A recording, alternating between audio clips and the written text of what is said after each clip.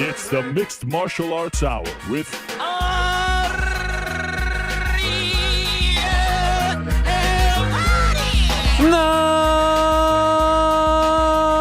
Mixed Martial Arts Hour is back in your life on this Wednesday, August 9th, 2023. Hello again, everyone. I sure hope you're doing well. It is so great to be here with you on this lovely, lovely Wednesday afternoon. One of these days we'll get the microphone, headphone thing correct. Hopefully. Maybe two, but what do you think? 3 years in? You think 2 years in? What do you Let's think, check in Frank? an hour. Why does it keep changing, though? Like we just Something did- happened while we were out of town. Well, we just did a test, and it... Yeah, you were louder. Interesting. Just seems like no one else uses this studio. Who else uses this studio? Does anyone else use this studio? Nope. Okay.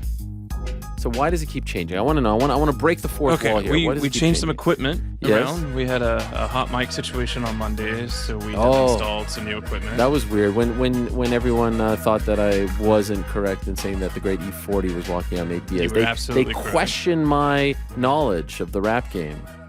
E40, iconic. I mean, I could spot him I a didn't mile away. recognize him. You didn't recognize him in the outfit? He was bandaged up. Oh my God, you know yourself, friend. Bandaged up. That was the other guy. That was You're Lil talking Durk. Little Dirt. Yeah, now I'm all okay. confused. Now you can shut off your mic. It's great to be here on a lovely Wednesday in New York City. It is August 9th. It's a great time to be alive. We love to shoot on Wednesdays. There's a lot to get to on this Wednesday. There's a lot happening in the world of combat sports. We have a lot to answer. We have a lot to discuss. Yesterday was a crazy, crazy day. A lot of news broke. And we're going to break some news as well on today's program. That's how we like to do. So stay tuned for that. We have a nice little breaking news announcement, nugget, scoop, if you will, that is to come. As always, we are presented by our good friends over at DraftKings Sportsbook. They are the official sports betting partner of not only this program, but the UFC as well. Please download the DraftKings Sportsbook app today. Use the code THEMMAHour. That's code THEMMAHour when you sign up. Why is that important? Because that lets them know that we sent you. Very important. And what's great about that is if they know that we sent you, they like us very much. So please do support them because they support us. Now, back into the show. The Parlay Boys are on fire. They're doing such great things. Everyone is loving it. I believe they're undefeated since I dropped out, so they'll continue to roll along. Also, we'll get GC's picks for the weekend. There's a little Bellator. There's UFC back at the Apex. There's Anthony Joshua as well. So a lot to like, a lot to watch, a lot to look at and digest. Prior to that, we are going to be joined by the legend Fedor Emelianenko. I mean, what an honor it is anytime Fedor stops by the studio, anytime he's on the show, anytime he graces us with his presence. This time he will not be actually in studio. He's in South Dakota, believe it or not, for the Bellator event that's happening on Friday. His guy, Valentin Moldavsky, is competing, and he is there to corner him, and there might be another person. There's like 500 fights on that card. But any event, good to talk to him. Of course, he retired in January after his loss to Ryan Bader. That was the CBS card for Bellator in Southern California. Prior to that, we'll be joined by the man who will be competing for the UFC bantamweight title on August the 19th in Boston, Massachusetts. His name is Sugar Sean O'Malley. He's going up against Aljamain Sterling. The Sugar Show himself will be stopping by at approximately, what time? 3:05. He'll be stopping by to talk about the big title fight and the build-up and all that stuff and more. Always great to talk to the Sugar Show. Tatiana Suarez had a massive, massive win on Saturday against Jessica Andrade. Feels like she's next in line. Maybe one more if they want to delay the inevitable. But what a story. And it feels like for the past 3-4 years, we've been talking about her being on the cusp of becoming a strawweight champion in the UFC. It looks like we are very close to at least her fighting for the belt. You know, her versus someone like Zhang Weili, who, of course, defends her title not this weekend, next weekend against Amanda Lemos. Might have something to say about it. That would be a tremendous fight. So we'll talk to Tatiana about the big win. Also, Cris Cyborg is going to stop by. Remember, we had Katzengano on the show recently. Had some interesting things to say about the legend Cris Cyborg, the Bellator featherweight champion. We'll talk to Cris Cyborg at about 2:15. But as you know, on Wednesdays, we do like to answer your questions. And We have some making up to do because last Wednesday we had the open workout show from Dallas. We were there for the Paul Diaz fight. And I only got to like 6 questions because, truth be told, a lot was going on. There was a lot happening between all the guests and all the music and the guy talking, and it was just a lot. And so let's do this the right way. Let's get to the question. Time now for everyone's favorite segment of the week. It is time. It's time for a good old-fashioned Q&A, MMA fans. Ladies and gentlemen, the moment has arrived to hear from the man himself, Ariel Helwani. That is me. Live from the Box Studios in beautiful New York City, it's On the Nose. It is I. To answer your questions, get out of your seats and on your feet because here he is, Ariel Helwani. Here I am. Thank you very much to Mike Heck. Wow. Is the clapping always that loud, or is that a new thing? That's a new thing. It's a new thing. Okay. Wow. Jeez. There's just a lot. It's just a lot of change. You know, I'm not good with change, to be honest. I see that. Yeah. But thank you very much to Mike Heck for that. And it was great to spend time with Mike last week in Dallas. Did a great job out there, so that was a lot of fun. Moderator Lewis is our guy when it comes to the questions. And he has done a tremendous job of picking the questions for us. So without further ado, and by the way, I do want to say that Moderator Lewis let me know that there were a lot of questions regarding our old friend Jamal Hill. And, you know, I'm not going to get into the Jamal Hill thing anymore for 2 reasons. Number one, I've tried multiple times privately to squash any issues that he may have with me. That is not being well received. And number 2, I promise someone who is someone that I respect and close to him that there will be no more Jamal Hill talk on the program, at least for now. So I'm going to be a man of my word and squash this one, despite the fact that I know what's going on with the YouTube channel and the lies and building up the subscribers and the views and all this stuff. Despite all of that, I'm letting this one go. So all the drama kings and queens out there that are dying for a little excitement in their lives, I'm sorry, I'm not going to be able to deliver on this one for you because I made a promise and I am a man of my word. So you'll have to find the drama somewhere else. Leroy Jenkins is up first. Ariel, what do you think is the peak for Jake in boxing? Do you think a matchup with Conor is realistic? If he had beaten Tommy, he would have been a ranked fighter. So do you think becoming ranked and beating other ranked boxers is something he's interested in and capable of? P.S. Was the DAZN sponsorship of the Roadshow the reason for apologies for bad language? Keep doing what you do. Leroy Jenkins. Okay. Okay, so what do you think is the peak for Jake in boxing? I mean, he continues to sell a lot of tickets, sell pay-per-views, make a lot of money, have big fights, packed arenas, all that stuff. What is the absolute peak? I mean, I would imagine a stadium show. The 2 biggest fights out there for Jake Paul, in my opinion, right now are KSI and Conor McGregor. I don't think the Canelo fight is realistic, and even he himself on his brother's show, Impulsive, which we will talk about also on today's program, that appearance yesterday, which was fascinating and riveting, he himself would agree that right now he can't beat Canelo. He believes in 3 years he could be competitive, but right now I don't think that is a realistic option. And I think anyone who's being honest would say the same. The 2 fights that feel like they are, you know, the most realistic are, number 1, KSI. That's going to be a stadium show. That's going to sell a ton of tickets, sponsorship, pay-per-views, etc. And then the Conor one seems more and more likely. Like, notice at the very beginning of all this 2 years ago, Conor never addressed him. Now he talks about him a little more. He was clearly watching on Saturday. Conor has 2 fights left on his deal. Now, I do think there's a weight discrepancy there. If this fight was at 185, Conor hasn't fought above 170, but neither did Nathan Diaz. Conor a little bit smaller than Diaz. That being said, they could figure it out. I mean, Logan fought Floyd Mayweather, for goodness sake. So I have said, dating back several months, it feels like we continue to inch closer to that being a thing. Does it end up actually happening? I don't know, but I would say those are the 2 biggest fights out there. If he had beaten Tommy, he would have been a ranked fighter. I mean, sure. I don't even know based on whose metrics. Do you think becoming a ranked fighter and beating other ranked boxers. I mean, it's sort of like what Chris Avila said.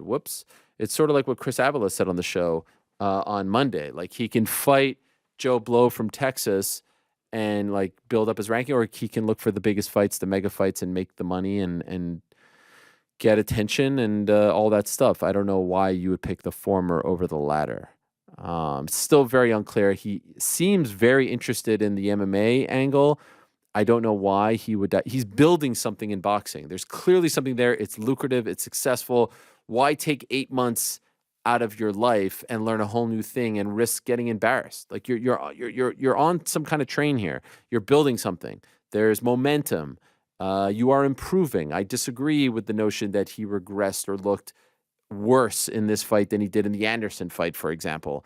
I don't know why you would divert. If there's a massive deal on the table to fight in MMA against Nate Diaz, fine. But to just follow down an MMA path doesn't make a lot of sense to me, unless it's part of his deal with PFL and he has to do it at this point. I would just stick to the boxing thing. P.S. Was the DAZN sponsorship of the Roadshow the reason for the apologies for bad language? I think I saw that once or twice on the screen. And yes, it's a UK thing, I was told. If you recall the press conference in May that I hosted, I actually had to. They asked me to apologize at one point for the bad language. There are different rules out there. They are on different platforms like the DAZN app and YouTube and the channel. And there's just different thresholds, and they don't want bad language. So yes, if you saw that, no one asked me to apologize, but I guess I saw one time something pop up on the screen. Who cares? Well, what's the difference? Doesn't really matter. Amon O'Keefe. Hey, Ariel and crew. Thanks as always for the content, especially last few weeks. You guys have been on fire. Thank you. My question is for each Ariel, GC, and New York Rick. If you had to pick an MMA fighter right now, as if your life depended on it, to box Jake Paul and win, who would you pick and why? Thanks, as always, Amon. And moderator Lewis, by the way, is asking for Frank to weigh in on this because he says that you are a big Jake Paul fan. I mean, anyone out there? Is he? Like, I'm trying to think of someone who's around his size, right? I mean, obviously I could pick like Tom Aspinall, but that doesn't really make sense. But also you want a boxer. Yeah. Izzy, right? Izzy 185? Alex, like you're Alex. right in that range. Alex would be nuts. No, I say Alex Pereira. Izzy versus Jake would be insane.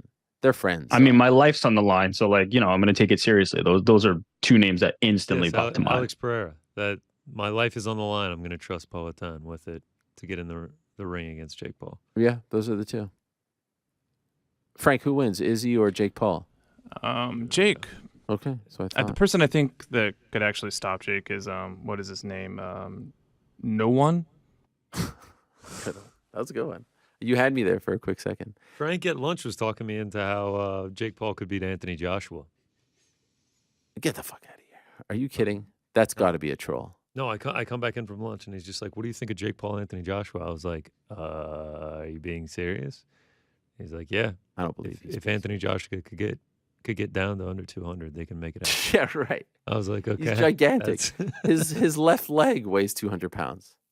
He was like, "Yeah, but Tyson Fury would never do it." I was like, "They're the same size, dude." Yeah. By the way, speaking of Israel, yesterday, Dana White finally announced that the main event for the Sydney pay-per-view is going to be, that's the September 9th pay-per-view, so the next one after Boston is, in fact, going to be Israel Adesanya against one Sean Strickland. Finally, a month out. 31 days at this point, so yesterday would be 32.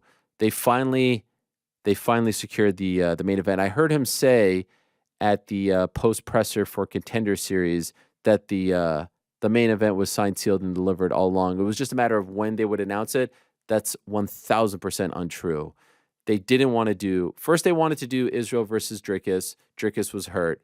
Then Izzy and his team said, hey, let's do Sean. UFC didn't want to do Sean. Didn't feel like that was a worthy enough main event or a fair matchup. They tried to go after Alex and Yuri too soon. They threw out some other options. None of them worked too soon. And so eventually they went back and said, all right, fine, we'll do the Sean fight. Then there was a bit of a travel visa issue, road bump, speed bump. I heard they figured that out, and then they announced the fight. So this wasn't option one. And could you imagine, after everything that Izzy has done for this company and how reliable he's been, if they would have put Alex Pereira versus Yuri in the main event in Sydney? And this guy's like saying, please put me in this spot. I want to have a relative short camp and come back and fight on this card on September 9th. And they were going to put Alex and freaking Yuri in there. How does that make sense? Well, it makes sense because they already sold the tickets, so they don't have to put, a main event that is appealing for the market when you've got like the biggest star in the market right there. But I'm glad that cooler heads prevailed. This was the fight to make. Once Dricus was out, this was the fight to make. Now it's going to be really interesting. If Izzy beats Sean, is there a line yet for this? I would imagine pretty big, right? Like minus, what would it be? Minus 500, minus 450? Yeah, so Izzy opened up around minus 400. If he beats Sean and then Khamzat beats Paulo, does Khamzat cut the line? Like I'd love to. I think Dricus has done enough to get the Izzy fight. You beat Robert Whittaker. You stop Robert Whittaker, you've done enough. And he obviously has been at 185 longer than Khamzat. But this is a very, like, what have you done for me lately game. I could see a scenario, October 21st, Khamzat, if he beats Paulo, gets on the microphone and says, Izzy, where you at? Worldwide, I would imagine the bigger fight, given his popularity, is Khamzat versus Izzy. In that region, and obviously in Africa, Izzy versus Dricus is big. I think to the MMA community, we want to see the conclusion of this feud. I'm really interested to see what happens if Khamzat beats Paulo and Izzy, of course, beats Sean. If Sean beats Izzy, they'd probably do a rematch, whatever. And if Paulo beats Khamzat, he could get on the microphone too. The timing was just not great. They should have never done the Dricus versus Rob fight. And I know that win cemented Dricus' spot, but to think that he was going to turn around 2 months later is crazy, especially such a big fight, title fight, crazy. Yeah. I was just going to say, we're acknowledging, right, that like Israel is the reason this Strickland fight is happening, right? 1,000%. Like Israel. So in that situation, wouldn't it kind of like behoove the UFC or like Israel to say, I want Dricus next. Don't try any funny business. Like I just did you guys a favor, right? I'm selling out Sydney for you. I'm headlining. I want Dricus. Don't try this like shoving Paulo, Khamzat stuff in there. You know what I mean? I think they'll say we sold out Sydney on our own. You were never attached to the event. I mean, it's fair. That's what they're going to say.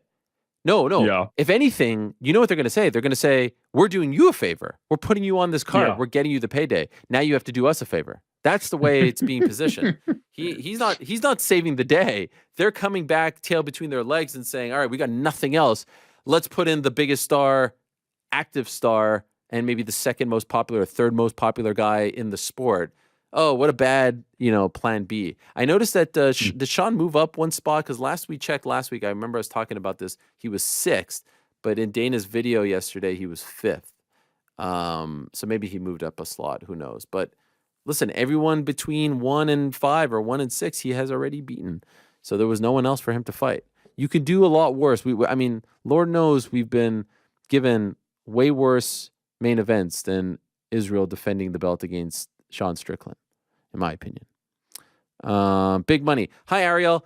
Quick one today. Does Dylan Dennis fully redeem himself with a spectacular KO against Logan Paul, or cement himself as the troll goat and laughingstock of the MMA community by not showing up once again, or possibly the worst outcome? He actually shows up this time and gets mollywopped. Why is that the worst outcome? Thanks. So yesterday, they officially announced Logan Paul versus Dylan Dennis, co-main event of the KSI Tommy Fury fight on October 14th, the Prime Misfits card. That's going to be on DAZN pay-per-view. I knew about this for a while, but, they wanted to make the announcement, and that's all well and good. And I will say, while I did have a laugh at old Dylan's expense yesterday, and Lord knows I owe him 10 more laughs for all the shit that he's done and lied about over the last couple weeks. And I think GC had the best video of them all. That woman on the plane saying that mother effer isn't real. That was tremendous work on his part. I actually will say, while I think most of you are expecting me to say, like, what is it, minus 10,000, he's not showing up. I actually think he's going to show up to this one. I think he's going to show up to this one, because of what was revealed yesterday, that there's basically a penalty if he doesn't show up. Logan said, I believe, $100,000 if he doesn't show up, and that they're allowed to go and get a doctor. I mean, that could be chump change for Dylan. Who knows? We don't know what his expenses are. If he wants to bail and not show up, he's going to bail and not show up. I also understand that there is a backup ready to go. I don't think they're going to announce it, but there is a backup ready to go. So they're basically, doing things a little different than back in January when he left them high and dry. That one did not feel real at all. This one, for whatever reason, feels a little more real. And oh, by the way, I did, have a short DM conversation with Conor McGregor yesterday. I don't think I'm revealing too much by saying he guaranteed that he would show up and, oh, by the way, win as well. And listen, if I'm Misfits and/or DAZN, I'm doing everything in my power to ensure that Conor is there with Dylan. Because that just, look at, Conor helped a little bit with the Katie Taylor fight in Dublin. But if Conor's there, imagine if he's cornering Dylan. Like, that's marketing, that's promotion. You can't put a price on that. So he seemed pretty excited. They seem to be, buddies again. I guess, Dylan got back in his good graces and they were training together recently in New York. And that's great. And ultimately, believe it or not, I actually, and I maintain this, I actually believe deep down inside, there's a good guy in there. I think he's just sort of the puppy who lost his way and, started marking out for his own gimmick, whatever that may be. And so for his own sake, I would like for him to show up. And I do think that if he does show up and there's a press conference and there's a face-off and this is going to be a mega event. And Logan Paul will never be a bigger babyface than he is going into this fight. And what's weird is Logan Paul is playing a heel in WWE right now. He will never be a bigger babyface going into this fight. And if he wins, at least in this boxing world, I don't know if there's a big crossover between the wrestling world and the boxing world. So even if he knocks him out, I think he could go back to playing the heel in wrestling, and I think he's a much better heel in wrestling. But in the boxing world, I think he's actually, in this particular case, the mega babyface, and I think a lot of people want to see him beat Dylan Dennis. That's a good spot for Dennis. That's the main reason why he's getting this fight. Lord knows he's done nothing to earn this spot over the last 4 years. He has not fought once. He's not competed in anything. But he has kept himself in the news and relevant because of social media and trolling and all this KSI stuff and whatever. And so it's going to be very interesting to see if he does in fact show up. And if he does, I think outside of England and certainly Manchester, the Logan Dillon fight will be actually bigger than KSI Tommy. In England and in Manchester in particular, where the Furies are from, KSI Tommy is obviously like the main event. But I actually feel like outside of England, which is a great spot for that card and for DAZN and for Misfits, Logan and Dillon is going to be the one that gets more social media attention. And so it's going to be really, really interesting to see if he shows up. I hope for his sake he shows up. I don't know how you rebound from this if you don't show up, honestly. It would be worse for him. It would be worse for him to not show up than to get knocked out. I think you guys agree with that? Getting knocked out, at least he showed up and people will be like, all right, fine, you showed up. If he doesn't show up again, I just don't know how you rebound from that. Yeah, I'm with you. I think showing up is a win for him. How big do you think this will be? Like, I think tickets will sell out in a second because in Manchester it's going to be gigantic. Do you think that this card does more than Nate and Jake? In terms of pay-per-view buys or exposure? Yeah, pay-per-view buys. Thank you, GC. I appreciate the looking for clarity there. You're rubbing off on me. I don't know how to quantify pay-per-view buys. Do we know like the details of that, like the prices and all that stuff? I don't think it's out yet. I just feel like here's the thing. I think for kids, for teenagers and all that, this is going to be gigantic. Ultimately, are they buying pay-per-views? I don't know. Right. But that's always the thing with the Jake Paul, KSI, Logan Paul fights, right? Like there's a limited Nate number and of Jake, adults. Like you've got the Nate fans, you've got the MMA fans. Yeah. I just think KSI and Logan are just gigantic at this point. Absolutely. You add Tommy, who has his fan base. I know you don't think he's as big, but whatever. He has his fan base, and then you add the element of people just wanting to see Dylan, if he does show up, get knocked out, and then whomever else is on the card. I see this stuff with Salt Pop. It's crazy the way Twitter works, or X works at this point. By the way, now when you do graphics, do you have to do via X? We do X now. Wow, yeah, we that's put so X weird. on the stuff. I also noticed that it's no longer retweets; it's reposts. Repost, yeah. Now like the For You column.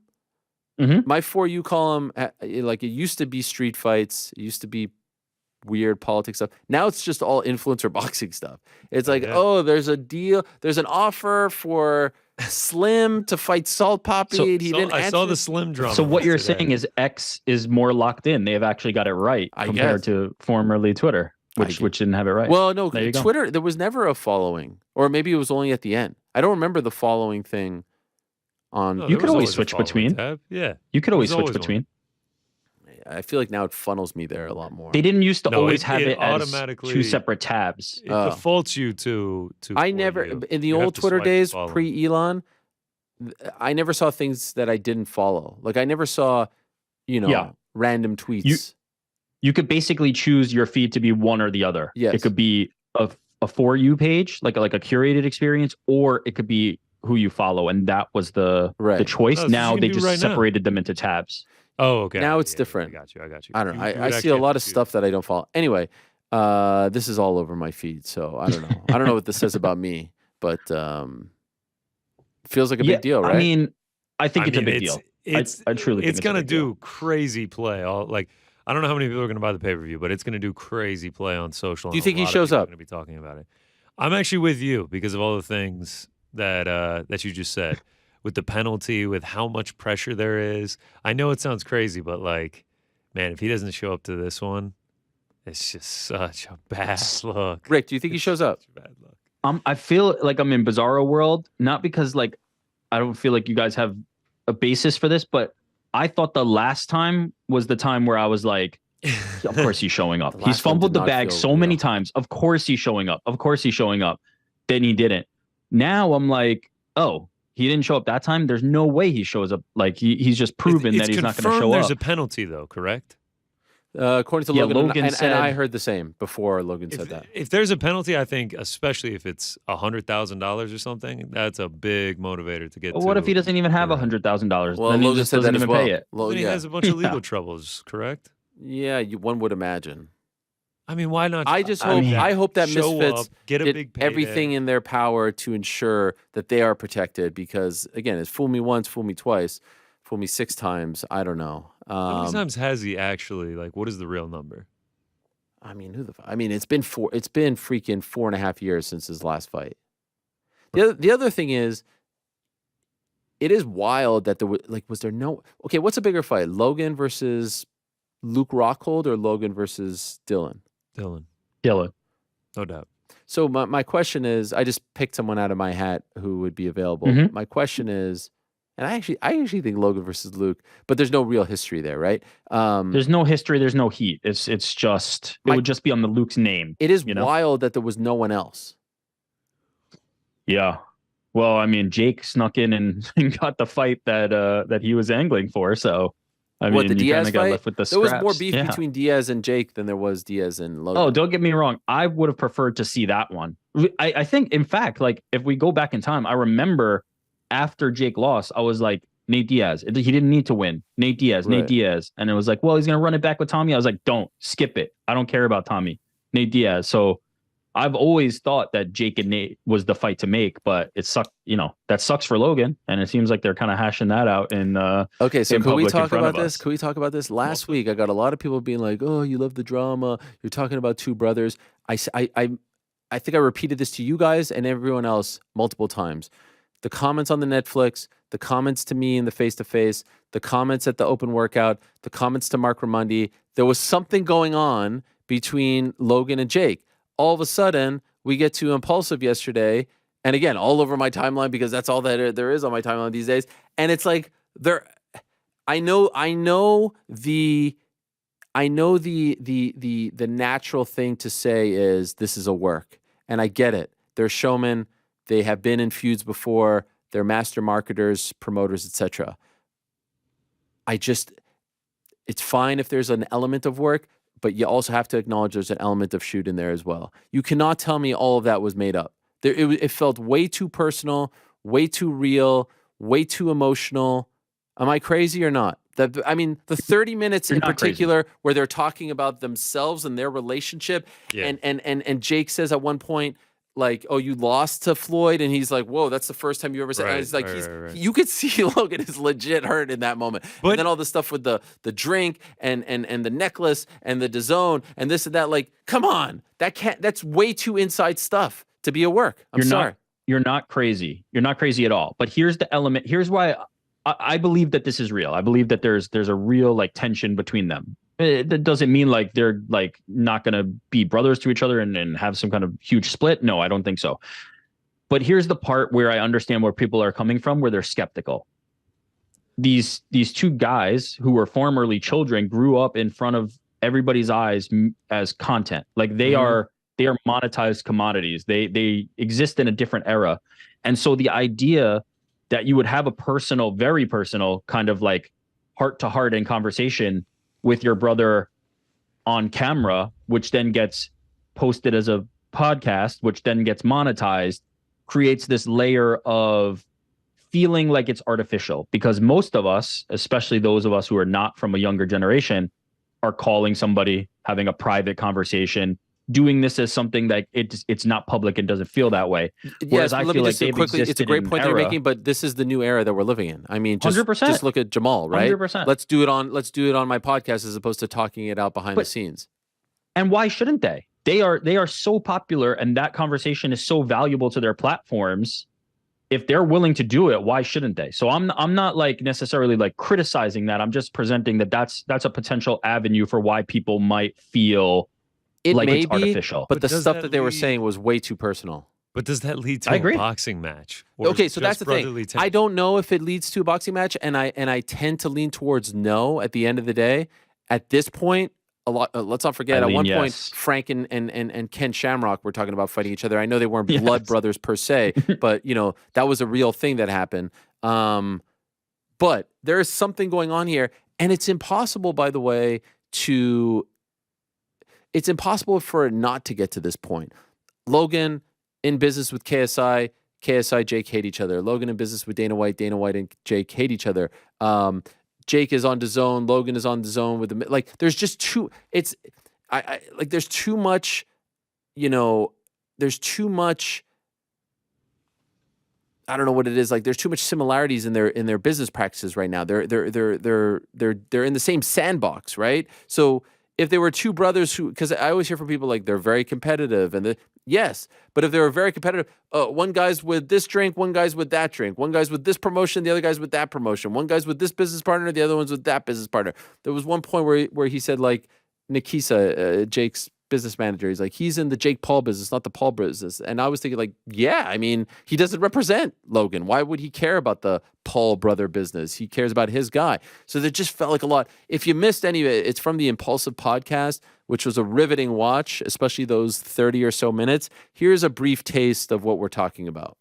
You're my brother building a business. You love to play both sides, bro. What's the other side play am I playing? both sides. What side am I playing? You play both sides. What's the other side that I'm playing? I'll partner with all of your enemies. Like I have, bro. My life is my life. Your life is your life. If you want to create, you love to play both. You love to play both sides.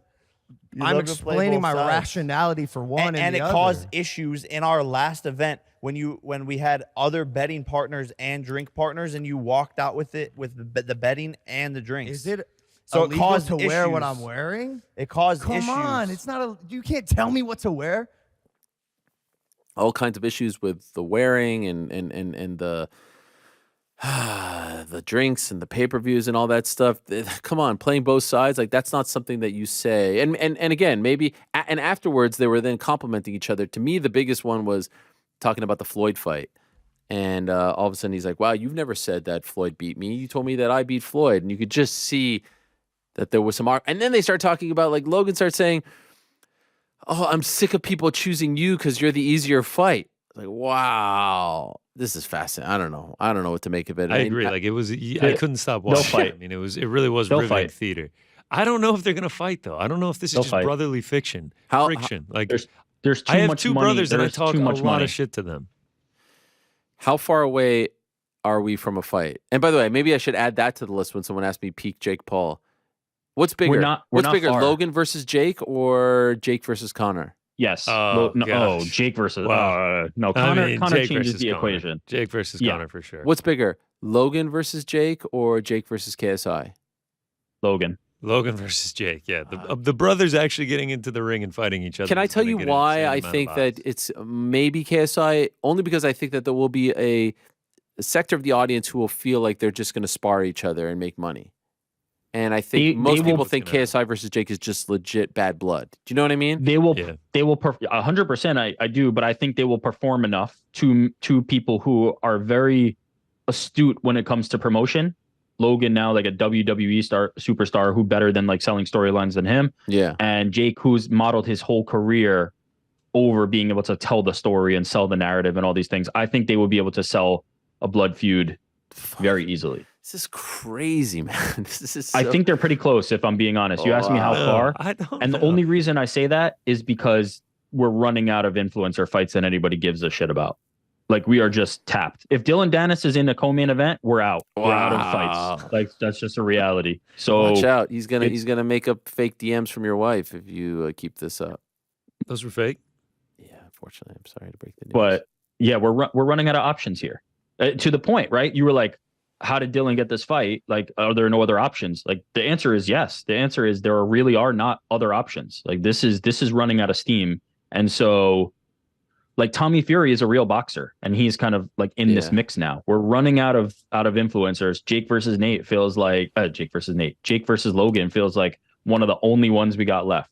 KSI versus Jake for sure. Hell, maybe they start angling for Logan versus KSI. We're battle for the company, whatever. Oh like, my make god, something that'd up. be crazy.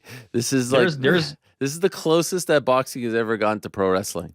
I For feel sure. like this is like one step removed from Shawn Michaels super kicking Marty Jannetty through the barbershop. By weigh-in. design. It's entertainment. This was the Yes, goal it's for them, and they've done it. I don't know if they're gonna fight. I don't know. I'm still not sold on the fight, but I do feel somewhat vindicated because I was saying at the beginning of last week, there's something going on here. And when Jake, when they were both going for the same opponent, again, go back to my sit down with Logan in April, early April, late March at WrestleMania. And I knew that they were both talking about the same opponent. And then Logan's talking about how, I was supposed to fight Nate, but he went and chose someone easier who's going to sell less and all that. And no one knew that he was talking about Jake at that point. I was like, what? What do you say? But I couldn't dig deeper. And that went over everyone's head. If you go back and find that, I was like, wow, what is going on here? Like if I'm Jake and I'm watching this, how am I feeling? And then he said it to his face. And then he said, You might be podcast. annoyed. Like, you might be annoyed, but is the answer let's get in and box each other? I mean, for a lot of money, why Yeah. not? Who better to make money with than your brother? Why not? Yeah. Because you have to fight your So brother. Connor, and you're then saying it's been- if somebody came up to you and was like, "Hey, box one of your brothers. Here's a bag of money," you'd be like, "Nah, the sanctity I'd of box it." my brother for free though. Like I'm not an influencer. How would your superstar, parents feel like- about that? I don't feel like parents would be happy about that. Although I mean, us getting paid a ton of money? They're entertainers. They're entertainers. Us getting paid a ton of money to box? so Rick, you are predicting they will fight one day. I think it's inevitable. Yeah, it seems like it's going this direction. Wow. If it doesn't happen, I'm not going to be shocked either. But they're running out of options, and this feels like a very good option Dude's for making traveling money. cross country to support his brother. It's gonna make it that Yeah, much worse by when the way- Logan loses. By the way, the cross country thing is all part of like the promotion. I flew cross country for you, and you stabbed me in the back. And you didn't let me promote my thing. Every Did you bit of see this the is behind the part of it. scenes? No, what behind the When scenes? he showed up on Saturday, Jake was like shadow boxing him. Yeah. And then if you see Logan, he's like mouthing for him to stop and like putting his hand up. I just thought it was hilarious because they're obviously brothers, but it's also this like, get your head in the game for Right. me. Don't be messing around with me. It's funny. It's great stuff. Play both sides. Tremendous. All right, let's keep going. Hello, Mr. Helwani. Huge fan of the show. 2 quick ones for you. This is from Aaron. What were your interactions like with MMA legends you met at Paul Diaz? What was it like seeing your old friend Quinton Jackson? I don't even remember the last time I saw Rampage in person. I went up to him. I asked him if there was pecan pie up in this. We hugged. It was great. We took a picture or two, and that was a lot of fun. I had not seen BJ Penn in years as well. That was a lot of fun. I saw Gilbert, who I had not seen in a while. You know, I saw Gilbert. All those guys were sitting next to each other. I saw Bobby Lashley there. Czech Congo was there. I heard they said on the podcast yesterday that Masvidal was there, but I did not see Masvidal. I saw Francis, who I had not seen in person in a while. And then I saw some other, like I said, people who had been around Nate or just the MMA business for a while. Rich Chow, Mike Kogan. Great to see all of them. But I was legit, even when I interviewed Gil in the middle of the fight, I was legit like I'm standing here and I would say, like where that is right over there, like this Verdum Cup, that close to my old friend Jake Shields on multiple occasions. Jake, the guy who continues to be obsessed with the idea that back in 2021, I was wearing a mask because Showtime asked me to at an event in Florida, and continues to write about it in the comments on my posts and make up shit about me. This dude was like this close and would not look at me or talk to me. And I was like, wow, I wanted to actually try to find a mask somewhere. Maybe I had one in my back pocket because I still wear it all the time, of course, and walk up to him and be like, hi, Jake, how are you? But it was just weird. It's like, man, you are one of the greatest fighters of all time. And you're in my comments trying to like start shit. This is the thing that people like seem to forget when they talk about the beefs and whatnot. This dude is like, I don't even follow him, actively trying to troll me, and then he's this close to me and looks away or doesn't say anything. Not that I wanted to say anything or have anything to do with him, but I just found that to be very strange. Anyway, saw those guys, saw who else? Was there any other? I saw Zab Judah. Oh, I was sitting right in front of Darren Williams, which was fun. I was sitting right in front of Roy Jones. That was cool as well. So yeah, there was a lot of fun stuff that happened, and a lot of cool people. What happened to the film that the film about Mark Kerr, Dwayne Johnson was supposed to be making? Also, when's the last time you spoke to Kerr? I don't even know if I've ever spoken to Kerr. And I don't know what happened to that movie. That movie, though, I'm very thankful for. That's the movie that got The Rock on the ESPN show, because I was tweeting about it. This was November of 2019 when they were at MSG for the BMF fight, and then he responded to the tweet, and then I shot my shot. So even if it doesn't happen, which I hope it does, I'm thankful for it. And perhaps the pandemic and all that, I would imagine, delayed it. Taco enthusiasts. These things take a while. And when they announced it, they were just announcing that they were doing it, not that it was close to being done. They hadn't even started anything. So this could take several years. Curious if we could get your thoughts on Dana White's response to the Wonder Boy situation. Yesterday, he said during the press conference after DWCS, there's a much bigger story behind the scenes, and no, you don't just show up and say, yeah, I'm not going to fight. I want $250,000. That's not how it works. White continued, it hasn't worked that way for anybody. What we do is we try to get you another fight. We turn you around quickly. If you don't turn around quickly, then we try to figure it out. What does it cost your camp? We'll reimburse you. Okay, so last week, Wonder Boy Thompson was on the show talking about the situation with his fight falling through against Michel Pereira. He also, at the time, and I think a very respectful way, had mentioned Dana White's on vacation. We'll figure it out, this, that. I don't think he was belly aching. I don't think he was being a dick about it. I don't think he was being ungrateful or anything. Did confirm that he had yet to be paid. I was the one who said, like, look, I think it should just be in the contract. This shouldn't be up for negotiation. You should know if you show up and your opponent is overweight and you don't feel comfortable taking the fight, that you're going to get X amount. Well, yesterday, Dana White was in front of the media after the Dana White Contender Series, and he had some things to say about the Wonder Boy situation. And I don't think that everything that he said, I don't think that the picture that he painted was a fair and accurate one. Here are his comments from last night in Las Vegas. Wonder Boy said that he wasn't paid for showing up. Is that something new in the contracts where, like, you don't have to make weight and get your show money? Or he also said that he didn't talk to you yet, so. Right. So how that works is guys don't just get paid to not fight. It's not how that works.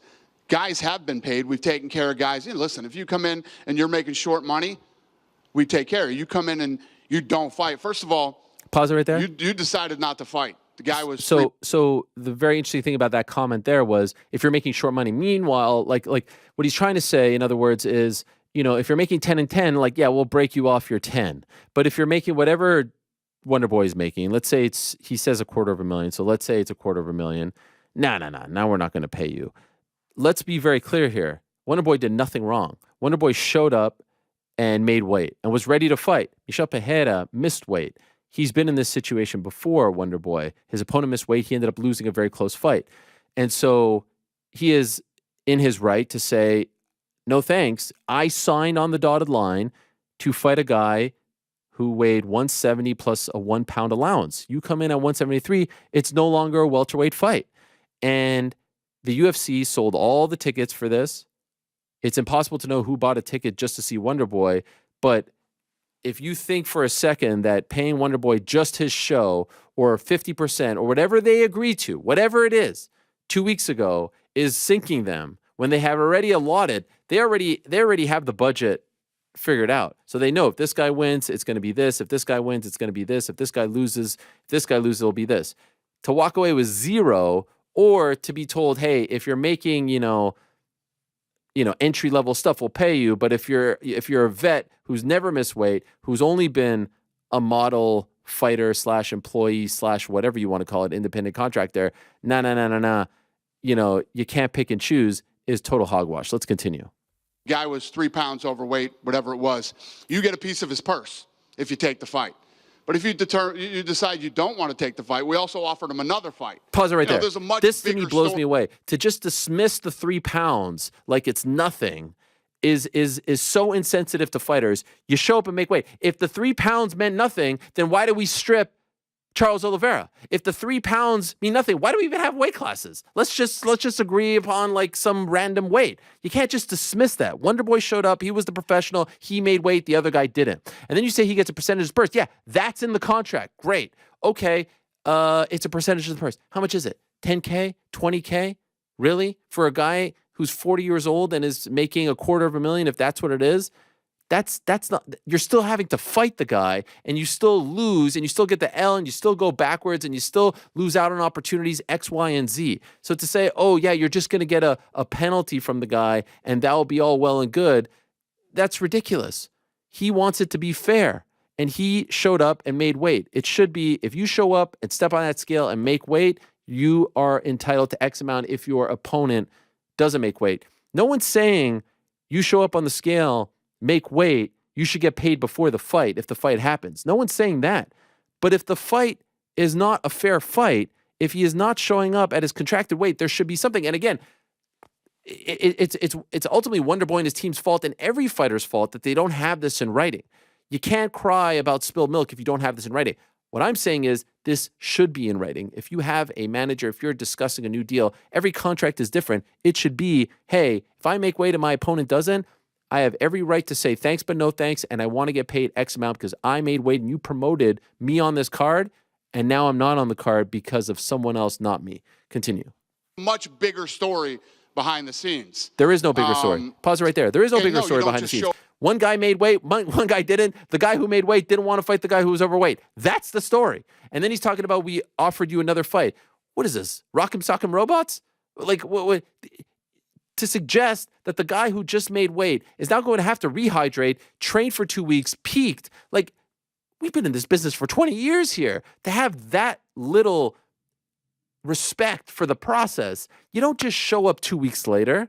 That's not how this works against a brand new opponent. Oh, you could take another fight in 2 weeks. Against who? Who's the matchup? What, is it a Shavkat Rakhmonov? Is it someone else who I didn't prepare for? Is it a orthodox guy when I was preparing for a southpaw? Like, what are the circumstances? And oh, by the way, I have to cut weight a second time in 2 weeks for a 40-year-old guy. We're just pretending like all that doesn't matter. There is no other part of the story here. That's what you guys don't understand. The other part of the story is they tried to say, hey, we'll give you a fight in 2 weeks and we'll pay you for that fight. Well, what about the fight that I just had? What about the fight that I was just supposed to have? What about all the expenses leading up to that fight? Now you're offering me 2 fights, but there's one that I'm not getting paid for. Continue. And no, you don't just show up and say, yeah, I'm not going to fight. I want $250,000. Do you see the way this is being positioned? Hasn't worked that way for anybody. Pause. So what we do is we try to get you. It has worked that way, but everything is loosey-goosey, and one situation never, bleeds into the other because they don't pay attention to precedents. But you see the way this is positioned. Wonderboy, the nicest motherfucker on the roster, is being positioned as the bad guy here. Why? Because he is being so callous and so disrespectful by just asking for money because he did the job. He showed up. Half the battle. Oh, you don't just show up and ask for $250,000. It's not how it works. Is that really what he did? If you didn't know any better, you would think that Wonderboy made weight and said, you know what? I'm out of here. No, that's not what happened. Wonderboy made weight and was going to fight on Saturday. His opponent didn't make weight and had an advantage. That's fighting. No thanks. I signed on the dotted line to fight a guy who weighs 171 max, not 173. Every pound matters. And if you don't appreciate that, and I know he does, what are we doing as the head of the biggest organization in the world? It's crazy. It's crazy to be that insensitive to maybe the best and nicest and most respected guy on the roster. Like, he is the NMF. He is that guy. And we're painting him as the bad guy here? Disappointing. Continue. What we do is we try to get you another fight. We try to turn you around quickly. If you don't turn around quickly, then we try to figure out, well, what did it cost for your camp? We'll reimburse you. There's a lot of different ways that this gets worked out. You don't just go, yeah, this guy's 3 pounds over, I'm not going to fight, and I won't take another fight 2 weeks later. Why would he? Pay me my show money. Pause not for a how sec. it works. You don't fight. He says, okay, credit to him. We'll figure out what the expenses are. Even if they cover the expenses, even if. So that means Wonderboy just wasted 3 to 4 months of his life and is walking away with zero. Made no money. Made no money for an entire camp. You got to get reimbursed for the camp as well if you showed up and made weight. So very nice. Are they going to pay for the coaches? Are they going to pay for the manager cut? They're going to pay for everyone, the nutritionist, this and that. This is what pro athletes have to worry about.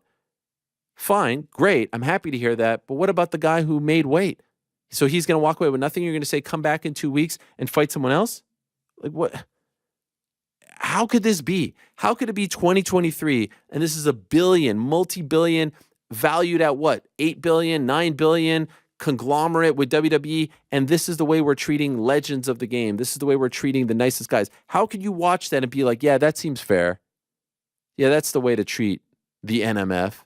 That's the way to treat Wonderboy Thompson. Like, what is he asking for? He's asking for what? Let's just say he's asking for a 250. Let's just say. How many videos have we seen of Dana and his 23-year-old friends playing poker, and he gifts them, because it's Wednesday, a nice little bag with 250 in it or 100 in it? Like, this is chump change to them. Chump change. Nothing. Drop in the bucket. And again, I will repeat. This needs to be in writing. Ultimately, you can't cry about something that's not in writing. And so ultimately, it's the fault of the fighter and the manager for not having this in writing. But we've seen them, be kind and give plenty out to people who do, good by them. This guy showed up. The place was sold out. There were site fees. They made a gazillion dollars. The 250, if that's what it is, ain't going to sink you. All right? And then they're offering him a fight in September and saying, hey, why don't you go to Sydney to fight JDM? No. Why am I going to do that? You didn't take care of me. No thanks. Is there anything left here? You don't fight, you don't get paid necessarily in the contract. But we always make sure that we take care of everybody. And, we're working it out with Wonderboy right now. It's all being worked out behind the scenes, and this should all be worked out by Saturday. All right, great.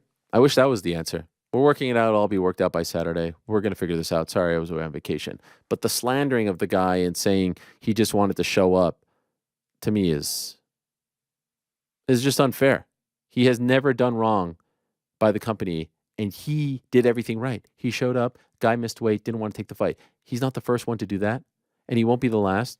And more fighters should do that to try and deter people like Michel Pereira from missing weight and then going in there and having an advantage.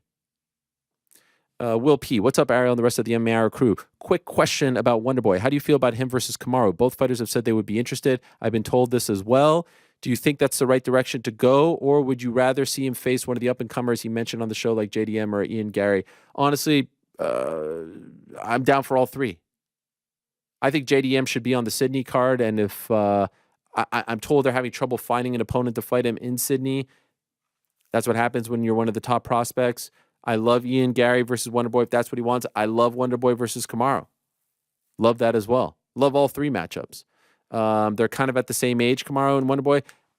And by the way, this dude who doesn't want to fight wants to fight the former champion who's one fight removed from being champion of the world, who, let's be honest, stylistically is a horrible matchup for him. This is the guy we're questioning. So yeah, I would love to see the Usman fight or the Gary fight or the JDM fight. If I had to pick one, if he wants to do Usman, Usman's cool. I'm down with that. Ariel, long time, second time from Young Drewski. A lot was said about the great performances that occurred this weekend, and rightfully so, but I think one performance may have stole the show, and it did not even occur on the fight. During the open workouts, I sat waiting, and I couldn't believe what I saw. Nate, after taking questions from the crowd, came up to the desk, and the unthinkable happened. Nate approached you, and you stood up and gave the dap handshake performance of a lifetime? Wow. I honestly started to tear up. Very rarely are we given the opportunity to rewrite history, and boy, oh boy, did you take advantage. Thanks for the time. Monterey Lewis sends me the clip. We don't have the clip, do we? I wish we did. We do not. This would have been something. This is, I guess, a good reason to. Wow. Wow. I mean, I think. Could we get that, GC, at some point? I mean, this is an unbelievable moment by me. I go, wow. I'm watching it now. I actually can't believe I nailed it like that. That's it. I mean, this is solid dap, dude. No, I mean that. What do you want? More praise than that? It's a solid dap. No, that is a very good dap. Yep, bump. Yep, nice execution. I mean, considering where we were 12 years ago, I've come a long way. Yeah, it's good. Solid dap. Can we get it? Yeah, we can get it. Well, thank you, Young Drewski. I appreciate that. It's very kind of you. I mean, no one else seemed to notice, but I appreciate the praise. Our boy Abe. Hello, Ariel and crew. Great job through last week. Anyway, wanted your thoughts on the recent Javier Mendez interview. He says Islam wants a challenge for the 170 title if he beats Charles. Whilst, Abe from the UK, shout out. Javier himself wants Volk rematch to solidify the claim Islam's pound for pound best. What are your thoughts? Will Islam have done enough to justify getting that shot at 170? Also, if Aljo wins, do you think Dana gives him the immediate title shot at 145? Dana said Volk could call his next shot, yet Aljo only one title defense behind Volk if he beats O'Malley. Yep. Is that true? Wow. Yet because he wants Merab to get his shot, I worry he'll vacate without assurances. P.S. Big game versus mine and Frank's beloved Gooners. Yes, commiserations in advance. Much love. Yo, we got Matt Turner today. How about that, huh, GC? America's own, the Bergen County Buffon. Huge. I mean, that Bergen County, shout out. If there ever was a sign that we had picked the right team, the keeper for America is now, at least for this moment, unless they get Dino, is now the starting keeper. A year ago, playing for the New England Revolution. And here we are, incredible. On the biggest stage. I actually got a sign yesterday. I've been thinking about playing Brighton, top 6, plus 200. I was on a walk yesterday. Clear, beautiful sky. One bird flying above me, and it was a seagull. Had to place the bet. Who are they playing? Right then and there. No. I'm talking about for full season. Brighton to finish in the top 6. Oh, interesting. Yeah. I've been looking over some future bets. Anything on Forest? To not get relegated, they're like minus 350, so not worth negative. playing. So negative. What do you want me to play to not get relegated minus 350? Europa League or something. Champions League? We could do top half. That'd be a big price. Or we could do over 40 points, like plus 170. What did they end up with? Like 34, 36 or something? 38 last year. 38, yeah. So, all right. Wow. That would be a fun one. Anyway, I saw the seagull. All right. Right. And the goals.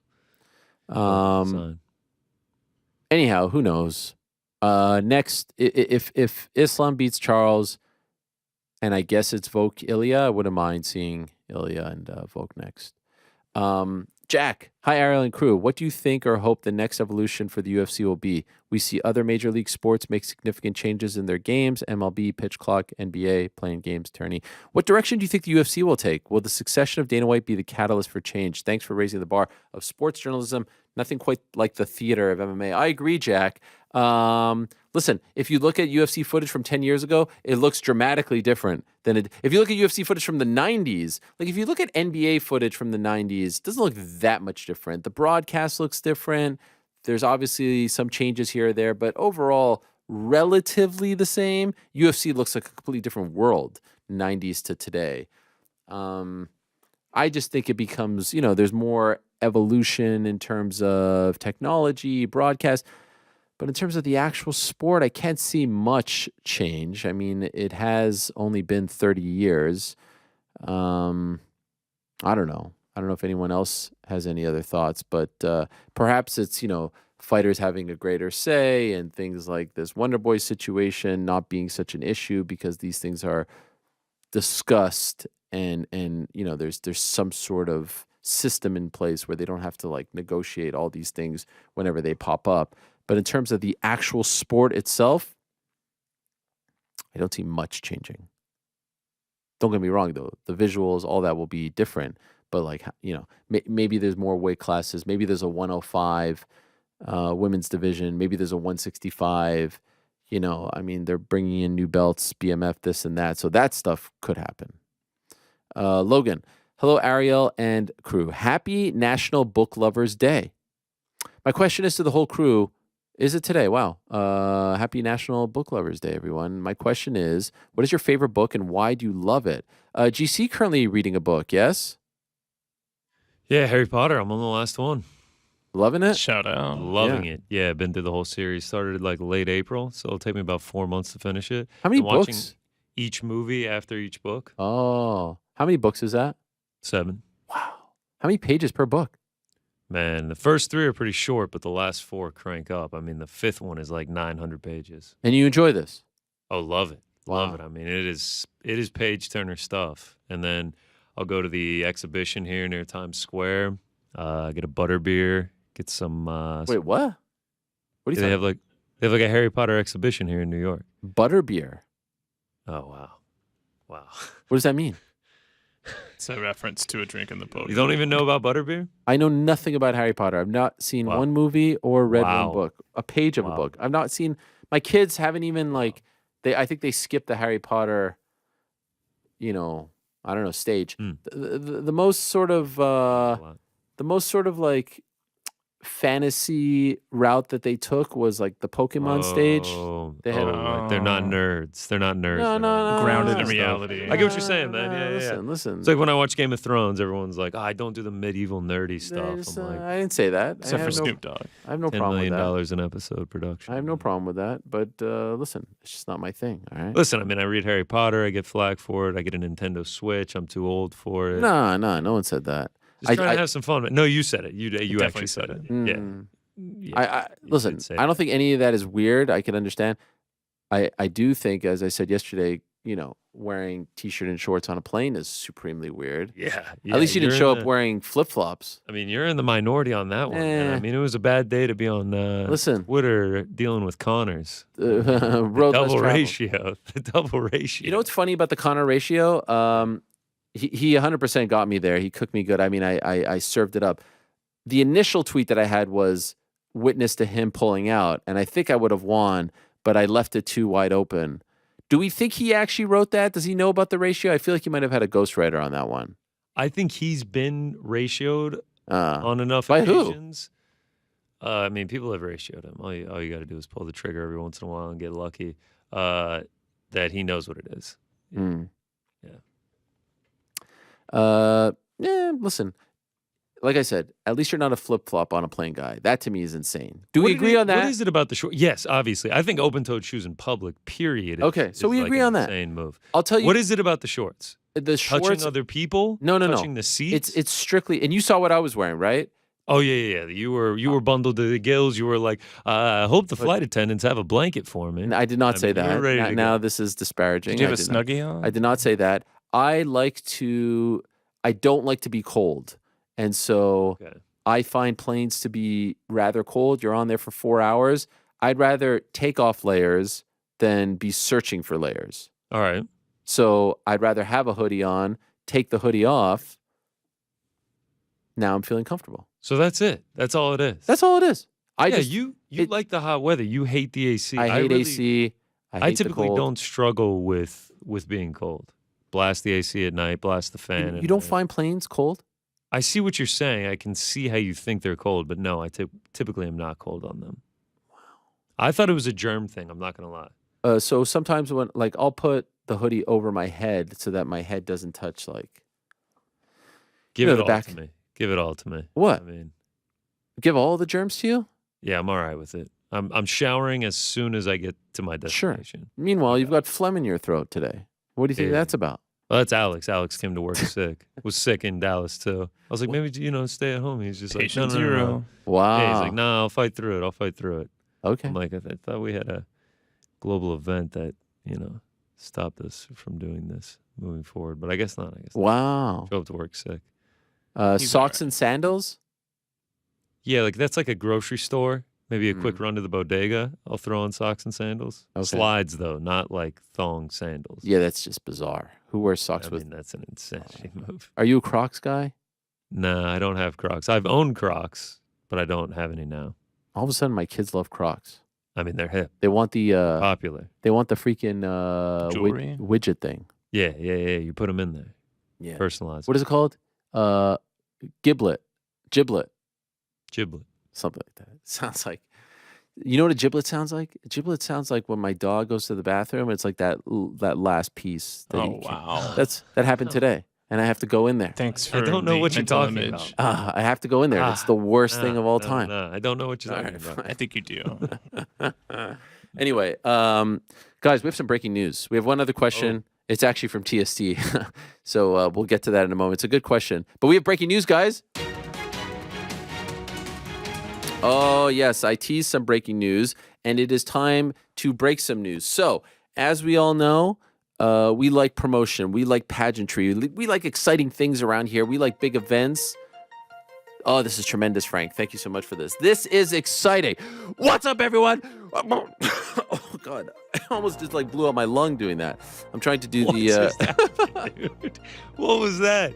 And how did you? Now you're making fun of me for having something in my throat. No, I'm trying to do that. What's up, everyone? We got exciting things going on here. I want to let you know that I'm talking very loud. That means I'm very excited about things. Guys, 14 years Bellator has been in existence. And as we all know, we've been counting down to their big 300th show. And this is a legit 300th show, my friend, because why?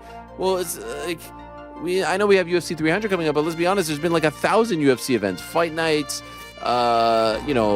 numbered Fox, ESPN, Plus, Fuel TV, Spike TV, this, that. This is legit. This number is legit. Bellator 300. We can report exclusively right here on your favorite program, the MMA Hour. It will go down on October the 7th. What a time it is going to be in October. One of my favorite cities of all time. One of the most beautiful cities, and a city and an arena that has hosted some of the most important fights in MMA history. I'm talking about San Diego, California. And I'm talking about the Pechanga Arena in San Diego, California, formerly known as the San Diego Sports Arena, which of course has hosted the likes of Nick Diaz versus Paul Daly back in the day in Strikeforce. They're coming back to San Diego, and of course they've been there since.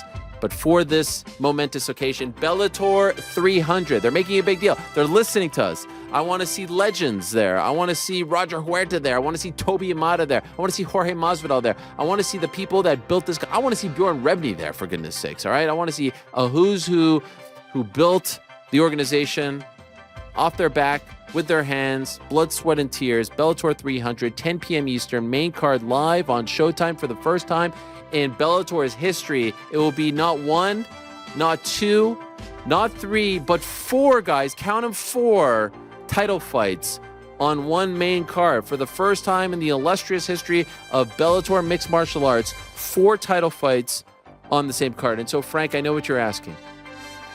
Ariel, what are the 4 title fights, right? Definitely. Well, we'll begin with a flyweight world title fight. Yes, we'll go to the women's flyweight division where Liz Carmouche has been on fire as of late. One of the best stories in MMA over the past year and a half. She has reinvented herself under the Bellator banner. She's done a fantastic job. They left her for dead in the UFC. I mean, she was unceremoniously let go.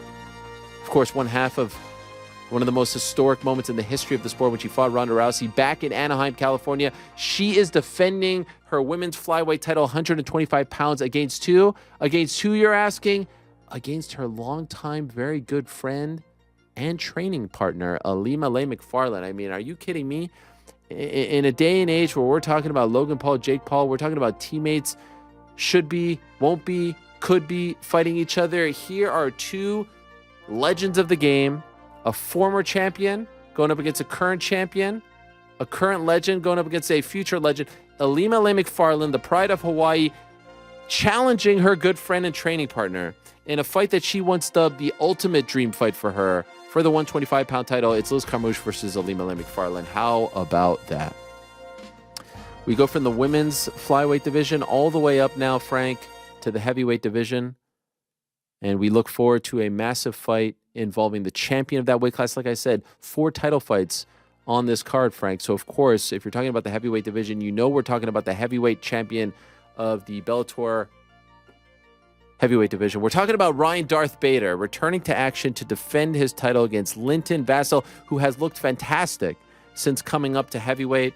The pride of the UK, looking to grab Bellator gold, looking to avenge a previous loss to Ryan Bader. That's a second title fight on this card.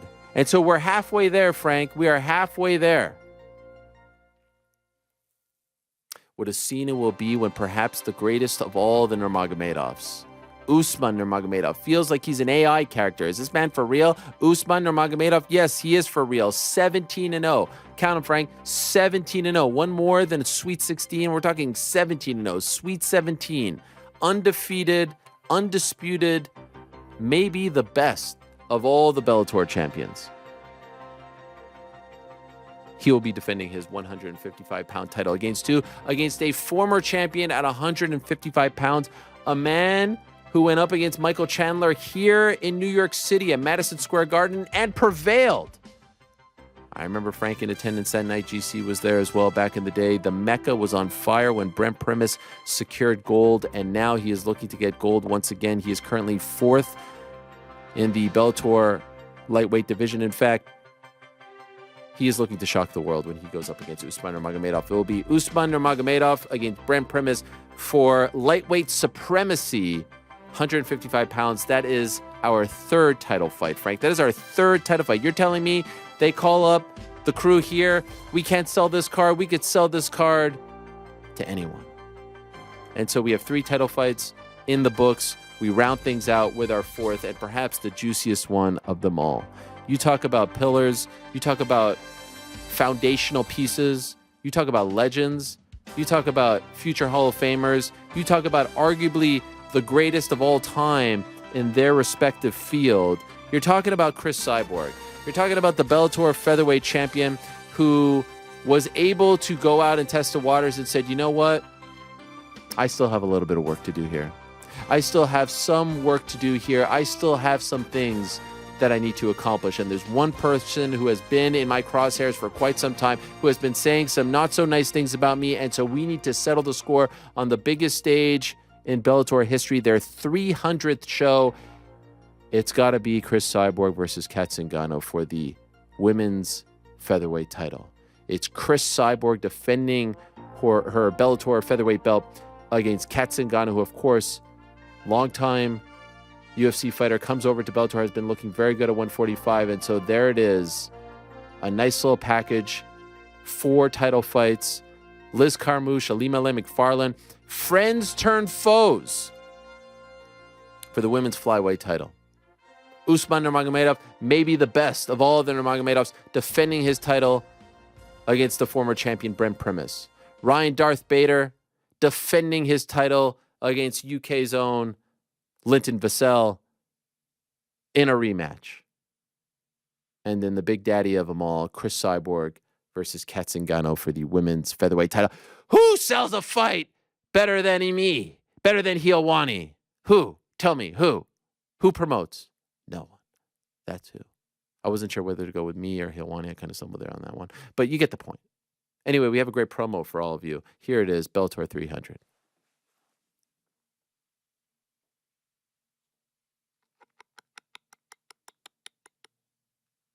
And watch for that right. Oh, it's going to be over. Big shot. And it's all over. Ryan Darmanin.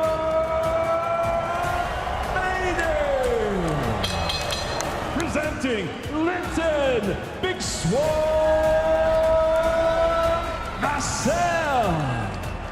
Usman Nurmagomedov, a.k.a. Sir Kicks-a-Lot, vanquishes Benson Henderson. Big shot by Sanders going to let his hands go, and he did. Big shot by Brent Primus. Usman Nurmagomedov, the champion, against Brent Primus. Cris Cyborg. Oh, it's right hand. Hammerfist. Cris Cyborg makes the statement. Out of San Diego, California, Alpha Watch it, I'll be back early. She's in big trouble. Liz Carmo's piling it on. Kevin McDonald taking a close look. presenting Eligibility. Parlay.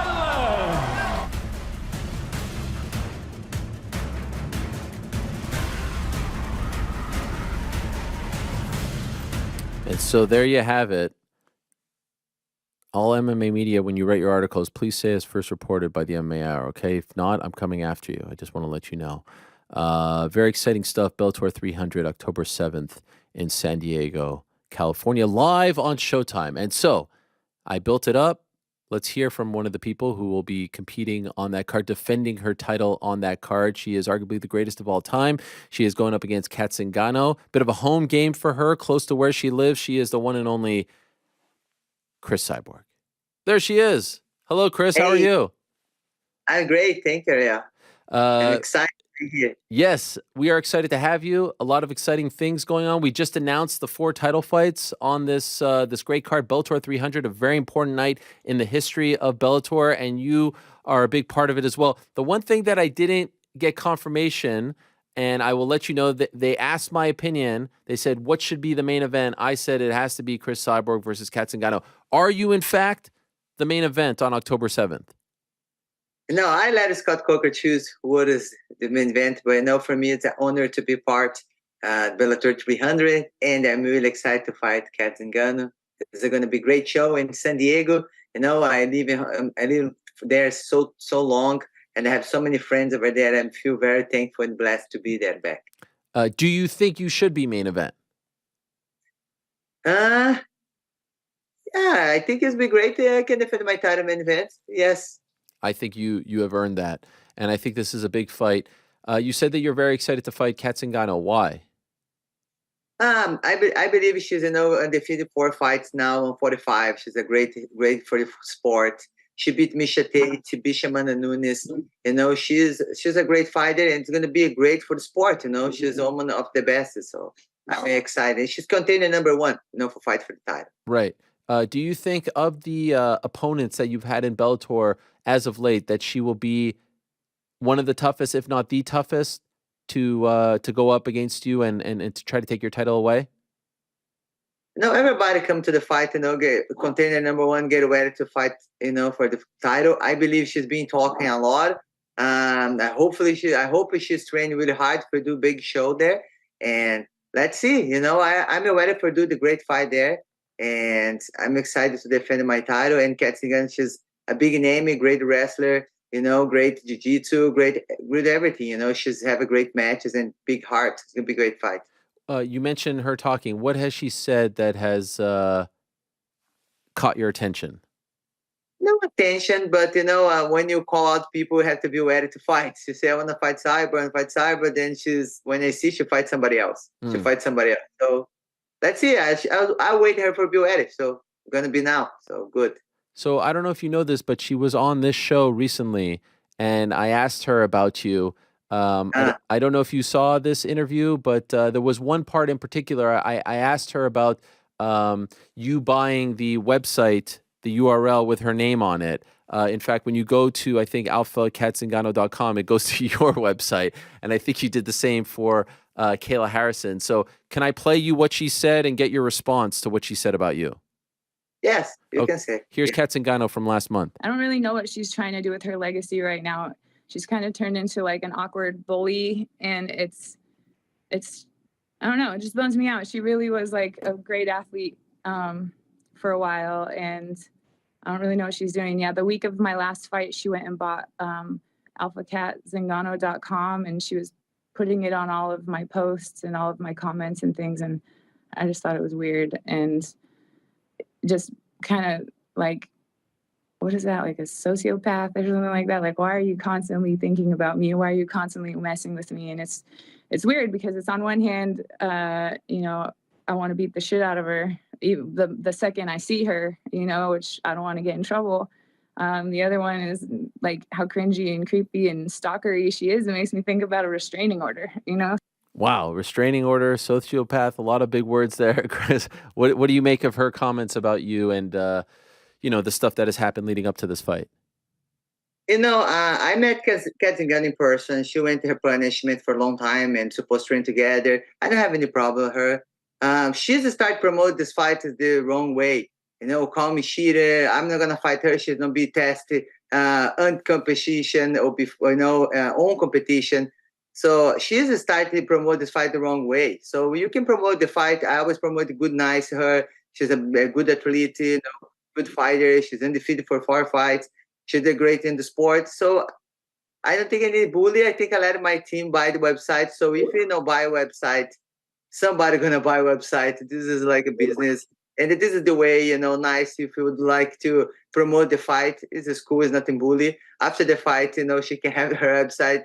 It's nothing about bully, you know. I don't have any problem with Katzingano. Actually, we went to random test, then show up after July 4th in my house for testing for the fight, and both passed, so no problems. So I think this maybe help her for be ready for the fight. So let's see.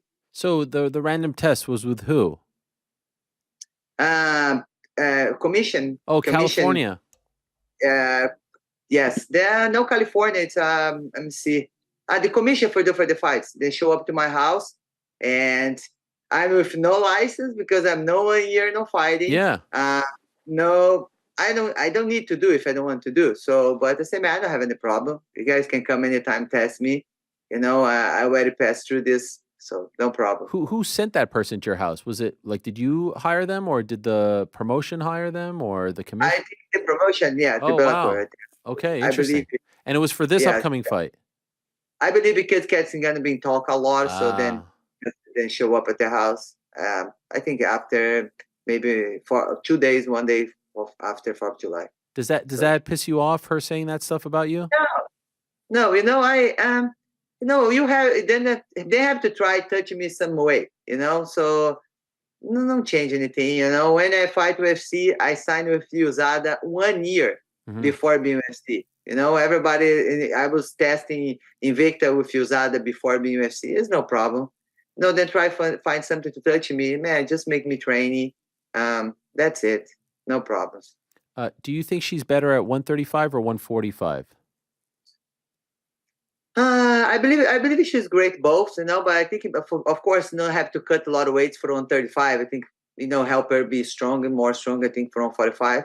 Maybe she's a little small for 145, but, you know, it's not have to cut weight. I think it's nice. Yeah, for sure. And you know, I'm obviously we've talked a lot over the years, but recently our talks were about like what you would do in your career. You ultimately decided to re-sign with Bellator. I haven't talked to you since. Could you tell us why? Why did you decide to go back to Bellator and not somewhere else?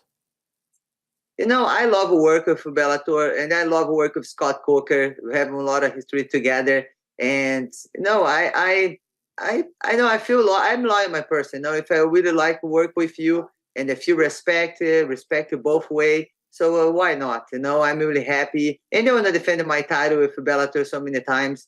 So it's nice for my career. Okay. Were you close to signing anywhere else? Did you talk to anyone else? Did you test the waters at all? we always have to test the water. I think this is a part of the business, and yes, but yeah. You did have a couple of boxing matches. You were even on the Terrence Crawford card in Nebraska. Did you enjoy that experience? Yes, it was. I feel very thankful for fighting same card as Terrence. And I went to live watch his last fight against Spencer. It was really cool, and I learned a lot. It's a different world, boxing, and I love it. I learned a lot. It's really important when you compete like this, like only boxing for you getting better tools for when you fight MMA. And I'm really happy, thankful. I want to do more of this for sure. After Cat Zingano, I would like some boxing fight. We've been working on this and keep it going. So your deal with Bellator allows you to still box if you are still under contract with them? Yes. Okay, that's great. So do you have a plan in mind, like, or is it just one at a time? Like, oh, I want to do one MMA, one boxing, two MMA, one boxing. How is that going to be laid out? I've been playing after this MMA fight. My focus is defend my title most I can. I think it's really important. I don't want to let it behind it. My mixed martial arts life. But I like doing boxing fights. It's the biggest fight for my fans. So after this Cat Zingano, we've been working on do my next boxing fight. Wow, is there a big name in mind for you as far as boxing is concerned? Is there someone that you want to like a dream fight for you? I still would like to fight Cecilia Brooks. She was a big name in sport.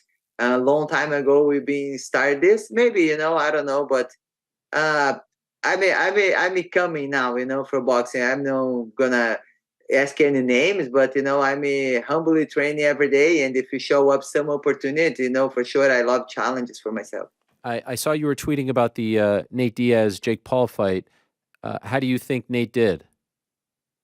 I was with Nate, so I would like to win. Nothing against Jake, but because he's came from MMA, so I would like he's doing great. He's really nice for sport. So he did. I believe I think he's did great. He played around a little bit, but he's an MMA fighter, and for he does his first boxing fight, 8 rounds. Jake has already have a little bit experience in the boxing, so he did great. Okay. Do you want to be like, I know you're typically fighting just like boxers at this point, but I know you've talked about Katie. Do you feel like there's an opening to do one of these sort of crossover fights for you? For doing boxing? Yeah, like, but I don't know if there's someone on the I don't know, the influencer side, like like the MMA versus influencer, like all the stuff that we're seeing now, or do you just want to fight regular boxers? It doesn't matter if they have a big name. They've been saying I talk about fight some influence, but it's hard to fight one influence want to fight me. Yeah. So, but it was be great, fight one influencer, but it was no easy to find somebody to fight me. So, of course, one of the big stories over the last year was you and Kayla. Did you ever consider PFL? You never know. Kayla's a great opponent. I've been working already with a lot of southpaw training, and for training for camp for Cat Zingano. They're gonna be a little bit closer for fight Kayla Harrison too. Both southpaw, both have a little bit grappling, like the same little bit close game. And we already been working on, thinking about this. My last box fight, I fight one girl southpaw. So we already been ready work on for the next, opponents for me. Have you heard the rumors of PFL buying Bellator? And if so, what do you make of them? No, I've been here a little bit rumors, but I'm trying to focus on this because it's not something I can't control. Right. And I really focus in my next Bellator fight, my next opponent, working, focus in Zingano, and let us see what's gonna happen after, but I'm trying to focus on this. I know a lot of people talk here, but I'm prefer to be training and focus and if we see what's gonna happen, it's gonna happen. Do you think that would be good? Like there is a thinking that actually wouldn't be good for the sport, if only because now there's one less place for fighters to go. But then there's another thinking where it's like, wow, now we could get some big fights and it's fun when two organizations merge. Where do you lie? I believe it's nice when you have more opportunities, for the fighters, and you can search around, you see what's the better for the fighters. I think when more close, less opportunities, it's going to be harder and harder. I believe this, but let's see what's going to happen. Okay. And by the way, maybe you won't answer, but could I ask, when you re-signed with Bellator, how many fights? 4 fights. 4 fights. Okay, so this is number 1. Yes, I want to do the biggest fight for my fans. And if I want to stop today, finish fighting, I can stop today. Yes. You know, but I want to complete my career. It's like one personal goals, 20 years fighting, and I'm 18, almost 19. So I want to complete 20 years. I'm not saying I'm not gonna fight anymore, but I focus 4 days, four fights. I complete. I talk to my family, and then I've been working this in my mind. I want to do the next big fight, for my fans. But it's a 4 fights. So if you don't watch my fight live, use this opportunity to come to San Diego, watch my fight live. So May 2005 was your first fight, your first pro fight. You're hoping to make it to at least May of 2025. Yes. Wow. Yes. It's gonna complete a lot of fights, and it's gonna be 20 years and Crazy. 2 lost in my career. 2 lost. Unbelievable. Yeah, that is truly unbelievable. Do you think it will be the 4 fights? Like, do you think that the 4 fights will take you to 25 and then you'll be done? Is it possible that these last 4 on the contract and then it's it for you? No, this is I've been working in my mind, because I believe it's no easy. You tell a fighter you're not gonna fight anymore. For sure, I'm gonna have to fight. I've been working to find another goals to my career, to my life, but putting in my mind now is the 4 next fights and doing my best, big fights for my fans, and then I'm done. How is your body feeling? Like, do you find yourself getting sore more, beat up more? Like, obviously, when you get older, the body takes a little more time to recover and maybe is a little more susceptible to getting hurt. How do you feel physically? My last 5 years, I've been going to Colombia to do my stem cells, bioaccelerator, really been helping me a lot, for recovery and for little injuries. I'm really blessed. I never did any surgery. I never broke anything in my body. I never had bad injury like the knees, anything. I really feel blessed. I think because I started the sport 12 years old, and another sport and help build who I am today. But I really don't have bad injury. I really have a healthy body, and I'm just thinking maybe I would like have a family. Yeah. Maybe have a kid. So I have to be thinking about if I really want to do this. But I've been praying. I live in God's hands, and I have a dream to be a missionary too. So share the gospel everywhere I'm going. So I've been thinking. So let's see what's going to happen. 20 years, almost 20 years, and you've never had a serious injury, a surgery. That is crazy. That is unbelievable. I hope that you'll never have that. That is unbelievable. Yes. Crazy. By the way, were you surprised that Amanda Nunes retired? No, the beginning, a little bit surprised. No surprise, because we already been talking about this. I was talking to my team. I say, maybe I can finish this contract. Maybe I can have the rematch with Amanda. I was been thinking about this. This is like one hope, because the fight don't happen, and it was gonna be a good fight. Everybody waited for the rematch. Maybe in the future it was gonna be good.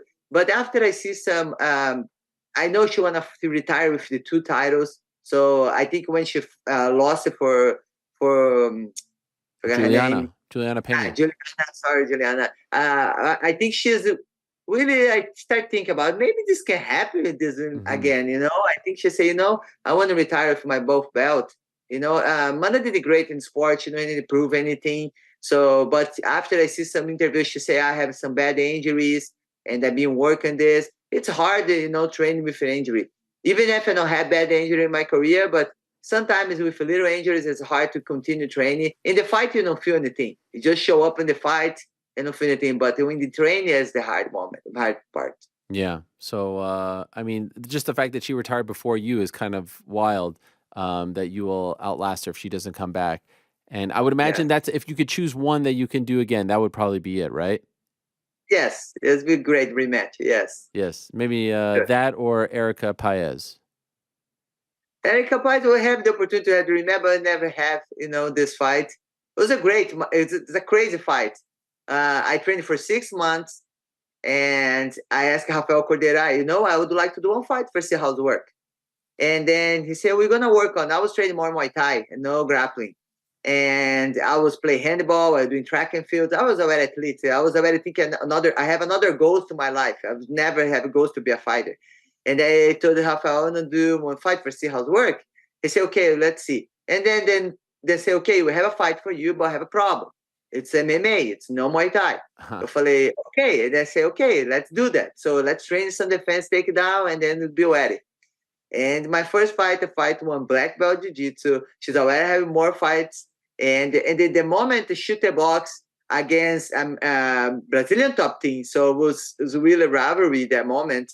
And it was great. And then I show up in the fight. I didn't know how I feel. I was not nervous. I was nothing because, when young, you don't care. You just go for it, let's try. And I love it. Even if I dislocate my elbow this fight, it was, I was trying jumping her head when she's in the guard because we can do this. It's like vale tudo. And then when she pulled me, I fell, and then I dislocated my elbow. But then I say, I love this. I never think about this. I never knows I have something in my heart like this to fighting. And who I am here, 20 years doing this. Crazy. Unbelievable. Yeah, and for those that don't know, Erica Paes was your first pro opponent, and she submitted you, so she's the other loss. That's why I was joking that she could be the other one that you would want to do you know what ever happened to her? Are you do you have any contact with her? We did one novella together in Brazil. She's in Brazil, and then I think she's still training, and I think she's helping then have some novellas, like movie stuff she's been working on. And the last novella in the Global, I be part with. Have one girl, she's a fighting, and then she's helping there. She's a teacher. And the last time I saw her, it was a really fun time, to see her. It was cool. Wow. What do you think you would have done in your life if you didn't get this fight and see that you loved MMA? Like, where do you think your path would have been? I think maybe I was going to live in Europe, play handball there because handball was really big over there. Because in Brazil it was okay, but in Europe is better. And a lot of girls I was playing live there, then one retired. And I think maybe I was going to do this. Before I did this fight with Erica, I already have a plan to move to another city. We have one team, then sign up to me, move there. I already playing professional, and then I was always have a dream to be veterinarian. So maybe I don't know, maybe I'm working both ways. So were you really good? I was gonna make some money like I make MMA, Were you a really good handball player? Maybe, yes. No, were you good at it? Yes, you were very good. Wow. By the way, when you retire, you could still be a veterinarian, or was it too late? No, I've been thinking about, because I have a lot of friends, veterinary. They came from Brazil, they finished there, the veterinary there, they work, they did a degree, everything, and then came to America. They have to do almost again everything. Wow. Oh, and then there's some people like older than me, then have to do again for they can start to work in America. And I was thinking about, maybe this is one sign, I think maybe. But I think it's in America, I think it's going to be difficult because it's the English. Maybe it's going to be harder if I do in Brazil. So I don't know. But this is one of my dreams for sure. Well, it all worked out. Everything was good. And I bet that that young girl in May 17, 2005, would have never imagined that the career would crazy, right? I was never have a dream to come to Disney, come to America, or live outside of Brazil. I was never have any dream like this. Be famous, rich, nothing. Like it's nothing. I love my life. I started with sport 12 years old, and I was enough for me. Everything was good. I was thankful, everything. Well, perhaps the last chapter begins on October 7th, Bellator 300, you versus Cat Zingano. Can't wait for it. Good luck to you, Cris. Thank you for coming on. As always, great to talk to you. And good luck in preparation as well. Looking forward to it on October 17th. Excuse me, the 7th, October 7th. Thank you, everyone. I'll wait for you to support me in San Diego. I'm very excited. If you'd like to more about the fight, you go to my website. Or you can get your shirt at alphacatZingano2.com. So, guys, I'm very thankful for all the message, and thank you for my fans, the only fans who had 40,000 subscribed. Wow. And every week you have nice videos for you there, guys. Thank you very much. I'm very thankful for everyone. Thank you, Ariel, for the opportunity. It's a pleasure to be in your show all the time. Always. Thank you. Good luck to you, Chris. Talk to you soon. There she is, Cris Cyborg. Wow, 40,000 subscribers. That is impressive. Maybe it's time for us to get an OnlyFans. Do you think people would sign up? Actually, what? We already do. We do? No. Wow. I would talk to you about that first. Do you think that MMA Hour OnlyFans page would be well received? Do you think people would want to see that, the behind the scenes? I feel like they're making a big push to be more than just, whatever people think OnlyFans is. Yeah, I think that's fair. Do you think that's fair? Yeah. You think we should look into that? I think we should. And we should have private photos of your nose. Wow, that's fucking weird. What? Just to give some incentive. Jeez Louise, private photos of my nose? Way to make things awkward. Reminds me of the time that I introduced you to Amanda Serrano at the hotel. You're like, hey, do you still live at that building at on this intersection, XXX? this intersection? Whatever. Yeah, that was weird. All right, well, there it is. Bellator 300, my friends. Who's excited? On the road show? Super stoked. Pachanga Now Arena. Now we're talking. We're going to San Diego for Bellator 300. Yeah. Let's go. I'm down. Let's just go everywhere. Sign me up. Yeah. I got a text here from Juliana Pena. I actually got a Twitter message from Juliana Pena. What does it say?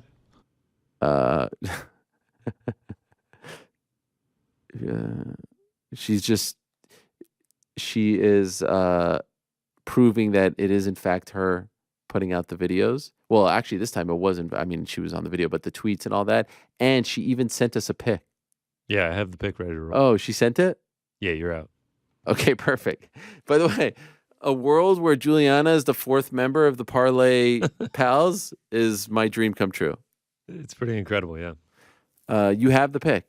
Yep. T-Mac? Hmm? T-Rex? Nope. Oh. Wait, that's what I have. Nope. Okay, fine. It's in that fight. Okay. Oh, yeah. Well, that's what I meant. Is related to that fight. Yes? It is related to that fight, correct. Okay. All right. Very excited about that. Nice water. Thank you very much to Chris. Looking forward to it. Of course, I mentioned PFL in that interview. Let me give a shout out to our good friends over at PFL as well. As I mentioned on Monday, August 18th is their next show. And wouldn't you know it, it's right here in the Large Apple. That is New York City, of course. PFL on ESPN August 18th, beginning at 6 p.m. Eastern on ESPN Plus. And then, of course, 9 p.m. Eastern on ESPN and ESPN Plus. So this is ESPN Linear. Winner go home for the best fighters on the planet. As the playoffs roll on, we got the first leg last Friday in San Antonio, Texas. We've got Renan La Problema Ferreira looking to make quick work of Maurice the Crochet Boss Green. Also, the return of Larissa Pacheco. Hey, wouldn't mind seeing a Larissa Pacheco versus Cris Cyborg fight if in fact they do merge. She's going to look to extend her winning streak to 9. Also, Denis Goltsov is on the hunt for a ticket to the PFL World Championship in his matchup against Jordan Heiderman. Again, that's August 18th, live from New York City, beginning at 6 p.m. Eastern on ESPN Plus, and then main card August 18th, same time, same place, 9 p.m. Eastern on ESPN and ESPN Plus. Go check them out. ESPN is the place on that particular weekend because you've got PFL on Friday and you've got UFC the following night, right? You've got UFC from Beantown, 292. What a stretch! 292. Aljo, Sean O'Malley, and of course Sean O'Malley is going to join us in about 20 minutes time to talk about that fight, the Sugar Show, and then we have, actually, 292 is a sneaky good card, by the way. I don't know if you guys have noticed this. Have you guys I don't noticed? even think it's sneaky. Oh, okay. I mean, it's a banger. It just feels like there's been so much that I'm only now turning my attention to it. Aljo versus Sean O'Malley, Zhang Weili versus Amanda Lemos, Marlon Vera against Pedro Munoz, Jeff Neal versus Ian Machado Gary is going to be tremendous theater.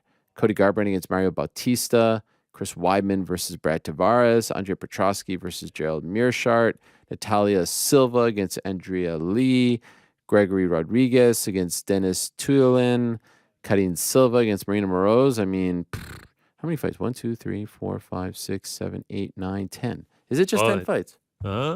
Is there one more? We should be getting the 2 tough finales as well. Ah, yes. Do we know who's in there? Austin Hubbard, Kurt Hollaba for the lightweights, and then we'll get the final bantamweight on the season finale next week. How was yesterday? I heard there was a lot of drama about the ice bath and the coaches challenge and all this Coaches stuff. challenge was good. They did trivia in the ice bath, $10,000 to Team McGregor and $1,500 to each of the team members. And then the fight was a banger. The fight was great, man. Yeah, Hollaba and Jason Knight threw him. So Connor won the trivia challenge or whatever it was. Okay. It was just questions about MMA or whatever? Started out UFC was round 1. Tough questions was round 2. And then questions about each other was round 3. Oh, wow. Those Connor won. 2 points each. Yeah, Connor won. I heard him say something that he was in the UFC when he was in his nannies or something. We even got a You Know Yourself in there, too. Oh, You Know Yourself. He's been in the UFC since Michael Chandler was in his nappies. Nappies. Yeah. That's great. I guess that means diapers? Yeah, something like that. All right, let's go to our next guest. Of course, massive win. So we go from one current champion to someone who everyone and their mother believes will be a future champion. It feels inevitable at this point. We've been saying that for almost 5 years now. She took one step towards that goal. She's one step closer to that goal, to realizing that prophecy by defeating Jessica Andrade on Saturday in Nashville. Got $50K for her troubles as well. A nice submission win in the second round via guillotine. A sign of things to come, of course, with Nate Diaz and Jake Paul later in the night. She is Tatiana Suarez. She is kind enough to join us now. Hello, Tatiana. How are you? Good. How are you? Oh, wow. From the car. Is everything okay? Are you all right? Did we disturb you? No. I just it's hot in Vegas and Oh, yeah. I had to charge my phone. Oh, and I no. like sitting inside the house too much. By the way, is that a tattoo on your arm or is that a bruise? I can't quite tell on your bicep. Yeah. That's a tattoo. Oh, okay. I've had it for a long. Is it T for Tatiana? No, it's just a heart. Me and my sister got it together. Okay. Does it symbolize anything or is it just She has hers on. She has hers on her wrist, and then I got mine right here. No, it doesn't symbolize anything, just flowers. But we got it together, so it's very symbolic to me. Okay. Because we have the same one. Yes. What was your sister at your fight? I know you mentioned a few times your family was there and you were so happy. Was she among the family members there? She actually was, and it's very rare that my sister gets to come because of school and everything. Like she's been in school. So she was able to come. It was summer, so I'm really happy about that because we look very similar. So people that don't know me a lot of times go and ask her for photos. She's like, "Oh wow." What was it like having your family there? Because I know you mentioned this a few times, so it seemed to have meant a lot to you. And why did it mean so much to you to have them there? Because of course you fought a few months ago, but I think they couldn't go to that one because that was at the Apex. Right. Yeah, absolutely. It means a lot to me just because my family is very supportive and, my family hasn't had the opportunity to share these types of moments with me the last few years. So it's just been really nice to be able to share that moment with them because, my mom, she worked really hard trying to keep us out of trouble, when we were growing up. My mom was a single parent, so I think she did the best that she could and putting us in wrestling and making sure that we stayed busy, we were active and stuff, those things, and not only that, but it was just her. So she had to support us all on her own, financially, and that's difficult in itself. So being able to share that moment. And then my grandma is never ever missed any of my wrestling events. She always went to every single wrestling event. My grandma went, my uncle went, my older brother went. He brought his daughter. Wow. And he has a video of her putting her hand out, to and Billy Q actually like hit her hand, and she was like super excited about it. And I was just like, I'm just happy that she was able to experience that. That's a really cool moment for her. That is amazing. And how old is she? My niece, she's 12. She's 12? Yeah. Okay. By the way, you mentioned getting trouble as a kid. Like, did you get into trouble a lot as a kid? No, but it definitely was in the area where I could get into a lot of trouble, Okay. But I chose to wrestle. My mom put us in sports, and she made sure that we stayed busy, I think, like, we're blessed in that sense where, we put our focus into wrestling and sports and stuff like that, and school, So my mom was very, she was strict, but, it's good because we stayed out of trouble.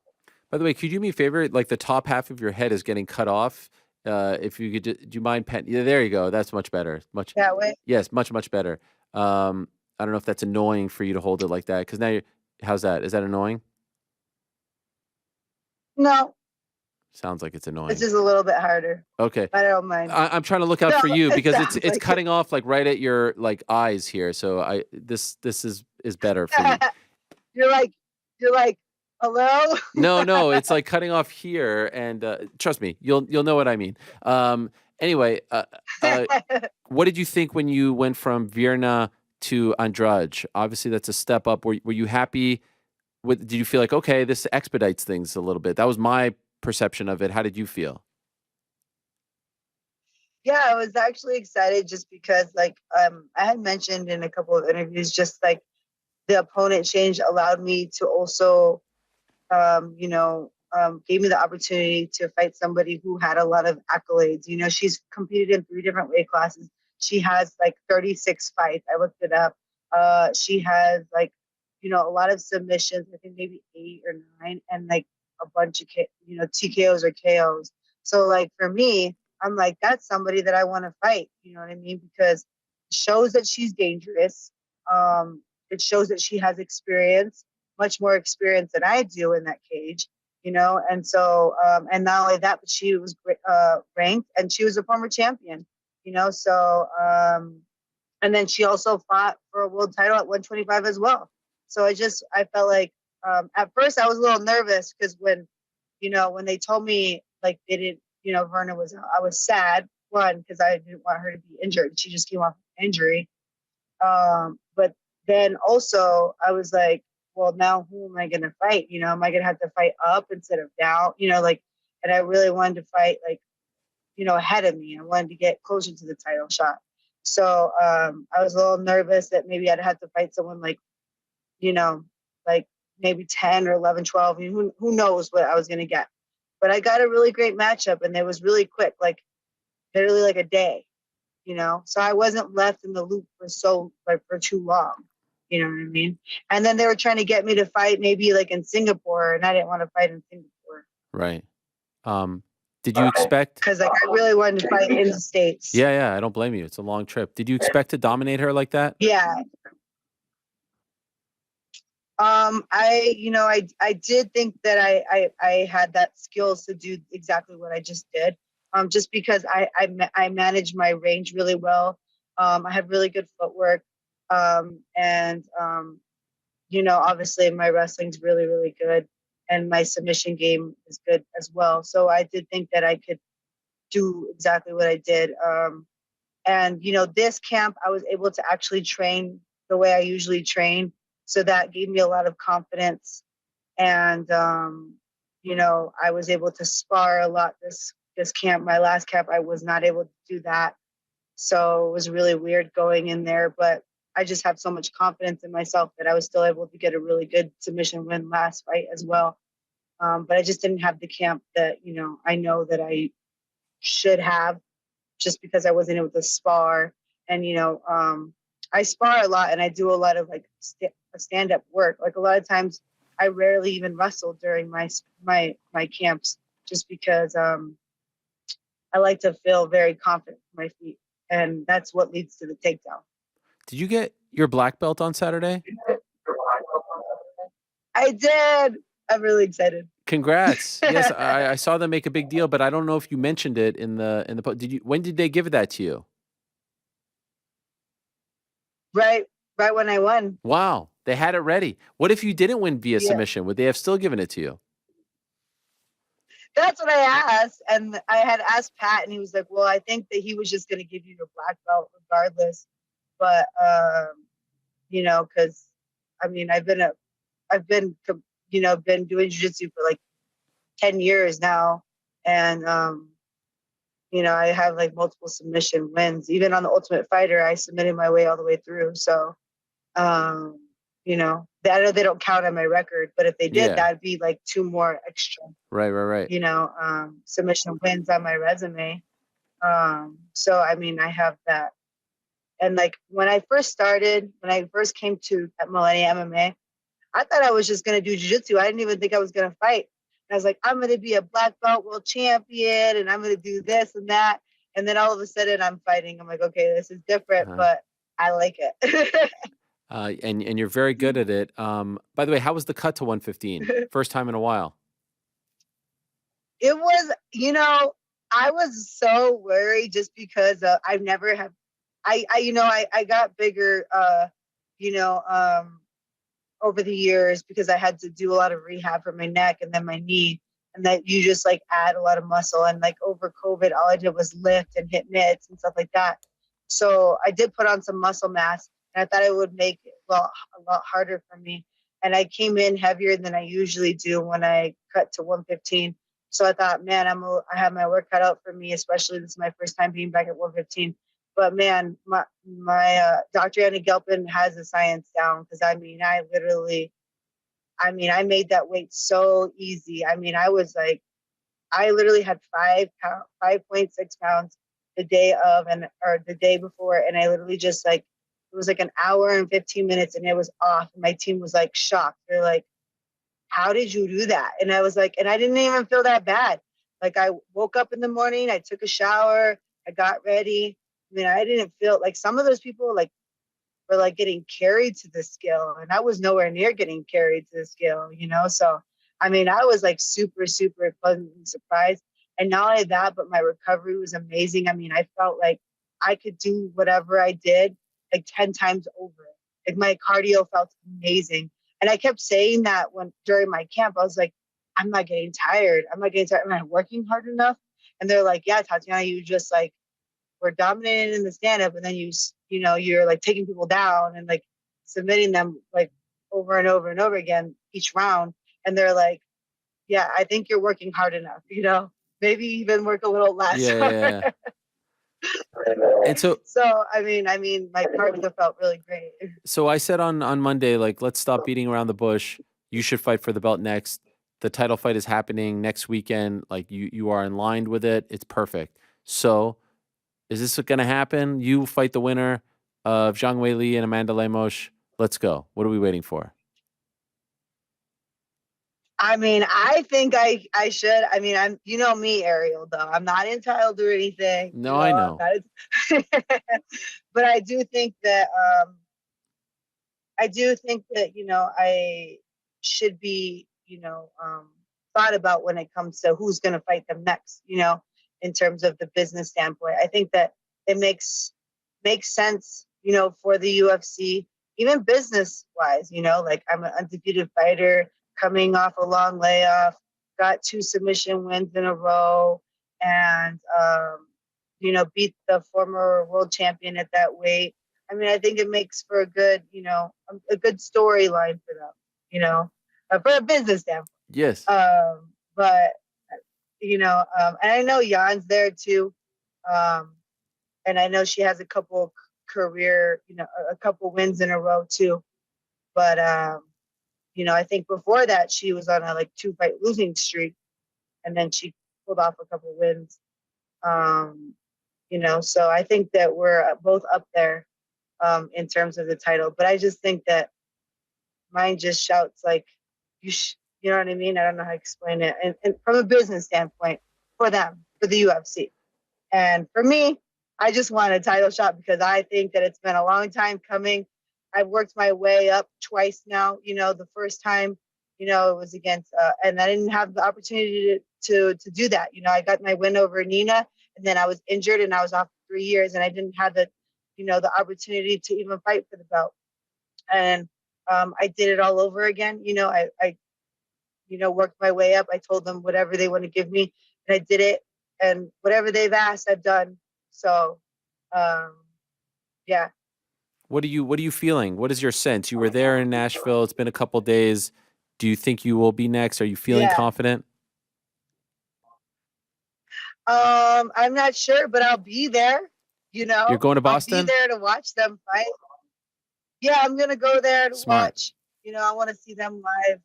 Me and Wiley. At first I had picked Lemos to win, but I watched them again. I'm gonna watch them again. Watch their fights again, just so that I could kind of see from a technical standpoint who I think is gonna win that fight. Because I like to do that. I'm a MMA nerd. And so I'm just gonna go and see who I think will probably win that fight. There's a lot of things that factor in. I think Lemos has some good power, so we had to factor that in. But so does Weili, and she has great footwork and stuff. So it's gonna be a really interesting matchup. I just know that they're gonna put on a really good show. Is there any part of you that is rooting for Zhang Weili to win because perhaps she's more popular at the moment and it's a bigger fight? Do you care about that sort of thing? Yeah, I don't really, I think I would root for Weili more so from a personal standpoint. Like, I've seen her a couple times. She's a really nice person. She seems very genuine, and I like that, So, she just her overall personality, I think she's deserves to be where she's at. And, and then I will have the opportunity to fight her. And I think that's a good fight for me.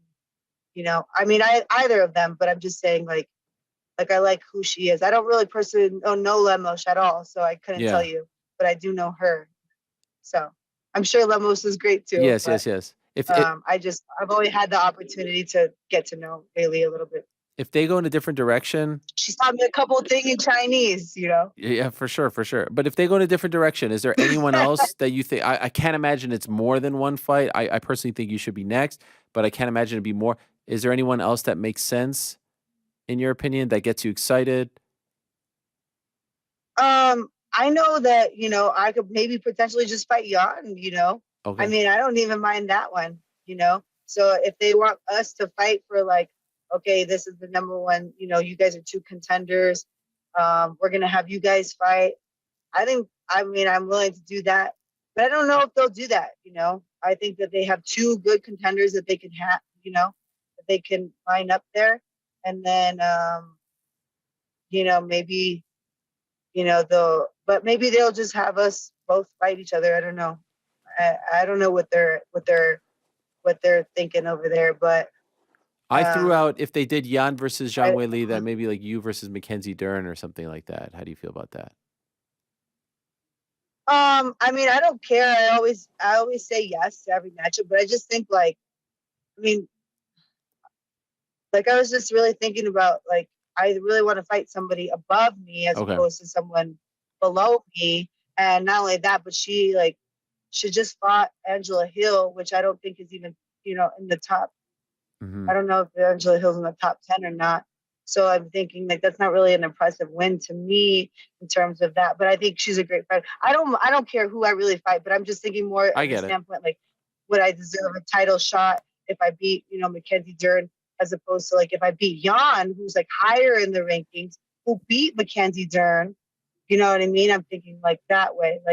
I'd rather beat the person who beat the other person. You know what I mean? Because Jan has a victory over, Weili. Not Weili, Mackenzie. Mackenzie, yeah. I totally understand where you're coming from. I'm just thinking of what if they go with Zhang versus Jan and you want to wait. But could I ask, what is it like for you? People like me and everyone else, it seems like we talk about it like it's a done deal. Oh yeah, you're going to be champion. It's as they say, fait accompli. It's a done deal. It's going to happen. When you hear that sort of thing, obviously I'm sure it sounds good, but you don't want to just believe it. You still have to go out there and do it. How do you not let that make your head get too big and be oh, this is a done deal. It's going to be a cakewalk. Does it affect you in any way? Would you prefer people don't say that when talking about you? How do you respond when you hear that sort of thing? No, I mean, I don't really put too much value in it. I mean, it's obviously very like complimentary to me, you know, like a very good compliment saying that about me. But you know, at the end of the day, I know that I'll put in the work to be the champion. You know, I'll do everything that I can to be the champion. So I know that I have to go and do that. I have to make sure that I put in that camp, put in the hours. But you know, I just need to be myself, and then that will happen. You know what I mean? And whatever everybody's expectations of me are, you know, an afterthought, you know, not really something that I really put too much value in. Obviously, I'm like, you know, flattered. That's very complimentary to me. But I mean, I think I don't really put so much into it. You know what I mean? It doesn't really matter. Like people have been saying that for years, and I still don't feel the pressure of that. And I just kind of do me, you know. I just get it. go ahead, I train, and then I show up, and I win. And you win. And that's all that matters. I love that. I love the I show up, I train, and then the I win. Just the way you said that shows that you're still very humble. Are you champion at 115 by January 1st? was that sarcasm? No, that was that because you want to say it, you believe it, you know it, but you didn't want to like stamp it. January 1st, are you champion? Oh, I mean, man, I hope like that would be the time frame. That would be amazing because that means I have 3 fights in 1 year. And man, would that be amazing, especially considering how much time I was off, and I, you know, come back and I do it in a year. Yeah, that would be so sick for me, you know, in terms of my story. And I know that Full Send had like said something about like maybe one day you'll have a 30 for 30, and I'm like, I think that he's probably right. Maybe I could have. what a year it would be for you and Patchy in like if you get that done this year. Sheesh, unbelievable, right? Yeah, that would be amazing. I mean, I don't know when he's gonna fight, and I can't wait for that. But hopefully, we're not in the same, you know, we're not in the camp at the same time. But if we are, man, You don't like doesn't it. hurt really. You don't Just like can't when be you're the at same. camps. Just can't. You're like peaking together. No, is that not good? No, I mean it's cool. I mean, a lot of times, like you know, like sometimes we help each other a little bit more, you know, when we're not Okay. having the camp at the same time. Like we'll be able to be like, you know, help each other with because sometimes when we're both training, we're so tired that we're not really able Sure. to help one another as much. But he trains crazy all the time, so I don't know. He's you know, he's always training like he's about to fight somebody, but he's not. Okay. And so am I. So I think we just really like to train. Yeah. No, that makes sense. By the way, last thing, Nashville, fun place. People love it. Did you enjoy it? So Nashville is different. It's not really so much my scene in terms of like, because it's like a huge party town, and I didn't even know. But they have like music and stuff, which I love music. And then they have great food, which I love food. But I wasn't able to really eat all week. Yeah. So like the last, you know, and then like I don't really eat too crazy when you know, after my weigh-ins. Like I eat relatively very modest. Like I want to be like well fed, but not too well fed. You know what I mean? Because it keeps the hunger in here. Oh yeah. And you need that when you go out there. So it's like I said, like it like makes it a little bit more animalistic, you know. Like I'm gonna go hunt for my food. I like wow, that is intense. All right, I love that. Well, you did just that on Saturday. Submitted Jessica Andrade, one of the best ever. Very impressive. Congratulations on another big win. We hope you get the title shot next, and we'll see what happens there. But always appreciate you coming on, Tatiana. Thank you so much for the time, and good luck in Boston over there. That's a very smart move that you're going there. So well done. Yeah, thank you. I really appreciate it. Thank you for having me on. All right, we'll talk to you soon. There she is, Tatiana Suarez, kind enough to join us on a Wednesday following her massive win on Saturday, maybe one of her most impressive wins and performances to date. I mean, she's had some big ones. Alexa Grasso, of course, Carla Esparza. To me, she's done enough, submitting Jessica Andrade is supremely impressive. Now, we spoke about Boston, August 19th. It is finally almost here, my friends. It is finally happening. The title shot for one Sugar Sean O'Malley, another guy that we've been talking about in this spot for quite some time. We are now just 10 days away from Aljamain Sterling defending his bantamweight title against the one and only Sugar Sean O'Malley. He is here to talk to us about it all. There he is. The Sugar Show is here. Hello, Sean. How are you? Ariel, what's up, brother? It's good to talk to you. Thank you for doing this. I appreciate it very much. First time preparing for a title fight, at least a UFC one in your career. Has it felt different? We spoke to you right after Newark, so it's been several months. But just like your fight, this is the biggest fight of your life. This is the biggest moment of your career. Has it felt at all different? More pressure, more tense, more anything? Any difference from your other fights? To be honest, not really. I feel like I've kind of always had all my fights have been big fights. All my fights have been, a lot of media, a lot of hype around them. So I don't really feel like it's this fight's much different other than it's, it is 5 rounds, which is a big deal. It's, 2 extra rounds. That's the biggest difference really. As far as, it feels like another big fight. All my fights kind of have felt like that the last few years. It is your first fight. It's going to be your first fight in almost a year. What has that been like for you? Not injured, right? You haven't been hurt this year. You just kind of been waiting for your time. Has that been interesting as far as like not trying to peak too early? Yeah, that's crazy. It doesn't even feel like it's been that long, to be honest. It was just back to work, back to training, back to trying to improve. 28 years old. I feel like I still got a long time in this game. So, right now I'm just trying to, keep my head down, improve. Obviously, I knew I was going to fight the winner of Henry or Aljo. So, I wasn't really, messing around. I was in the gym trying to get better. But yeah, it doesn't even feel like it's been that long. Okay. As you know, there was a lot of drama after the Henry fight. Aljo didn't like the way it was announced and the quick turnaround and all that. What was your take on how all that went down? Yeah, Aljo, he's like, you look at him, you hear him talk, you're like, oh, he's not stupid. But then you hear some of the things he tweets, I'm like, okay, maybe he is stupid. Him saying August was too soon and then saying, fuck it, let's just do it in July. But I don't know if he knows his month, so maybe he just got those confused. But yeah, it's he's claimed to have all these serious injuries. If he had all these serious injuries before he even fought Henry, then he goes through a 25-minute war with Henry and then accepts the fight against me August 19th. So it's, I don't really know what to believe. I don't really care. It doesn't affect me whether he's injured, anything. I'm going to have the camp I'm going to go out there and do what I need to do. You have a very interesting relationship with Aljo. I even saw over the weekend he posted a video where you DM'd him, I guess after seeing him on the broadcast, and then he's sending you a voice note, and then you guys are going back and forth. How would you describe your relationship with him?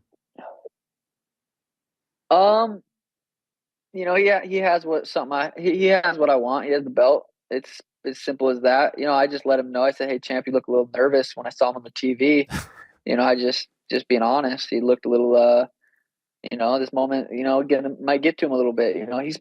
What was that? 13 days out from weigh-ins. I'm sure he's still got a lot of weight to cut. He's dealing with these injuries, so I just thought, he looked a little nervous. I thought I'd let him know. And I did. Do you DM each other a lot? No, he tags me. I mean, you guys probably saw the screen. He tagged me like 3 times in a row with some stuff I didn't even see until I went to message him. But we haven't talked too much. And if we did, it's stuff like that. Okay. And what are the injuries that you're referring to? Well, I don't know he's the one that keeps bringing him up, saying that he just took this fight with an injury. I mean, obviously, I think his bicep was injured going into the Henry fight. So I don't know what injuries he's referring to when he says that. I like the relationship though that you guys have. Like you talk about having a fat ass dinner, and then he's replying, and then your sleep stats you're giving us those. Best sleeper in the game. That. Yeah, so I like this. It's a bit of gamesmanship, right? Yeah, I mean, I've heard him say, that he has trouble sleeping sometimes. Obviously, he has not trouble making weight, but it's always, I guess you could say trouble making weight. It's not fun. I mean, I don't cut as much weight as him, and I don't fucking like cutting weight. It sucks. So yeah, for me, having fat ass dinners a couple weeks out, I guarantee he's not having those. And if he is, it's just going to make his weight cut that much worse. And then you see that 94 sleep score. Jesus, I was sleeping good. And I know he's not sleeping as good as I am. So, maybe a little mental warfare there, but really just kind of let him know that I'm fucking sleeping and eating great. By the way, what is the highest you can get? Is it 100? I'm not familiar with the sleep score game. Is it 100? Is that the goal? Is that even possible?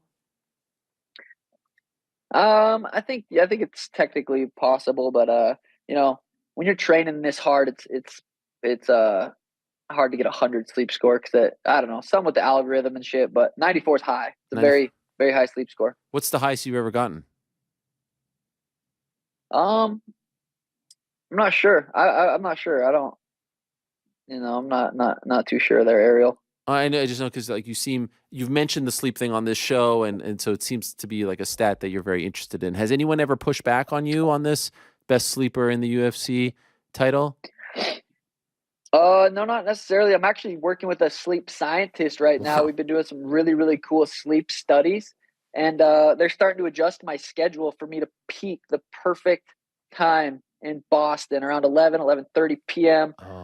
Is what time I believe we'll be fighting. So really adjusting my sleep and what time I'm going to bed, what time I'm waking up to make sure that I'm ready to fucking go on time in August in Boston, August 19th. Yeah. What is by the way, the idea? Like I notice a difference if I get 6 hours as opposed to 8 hours.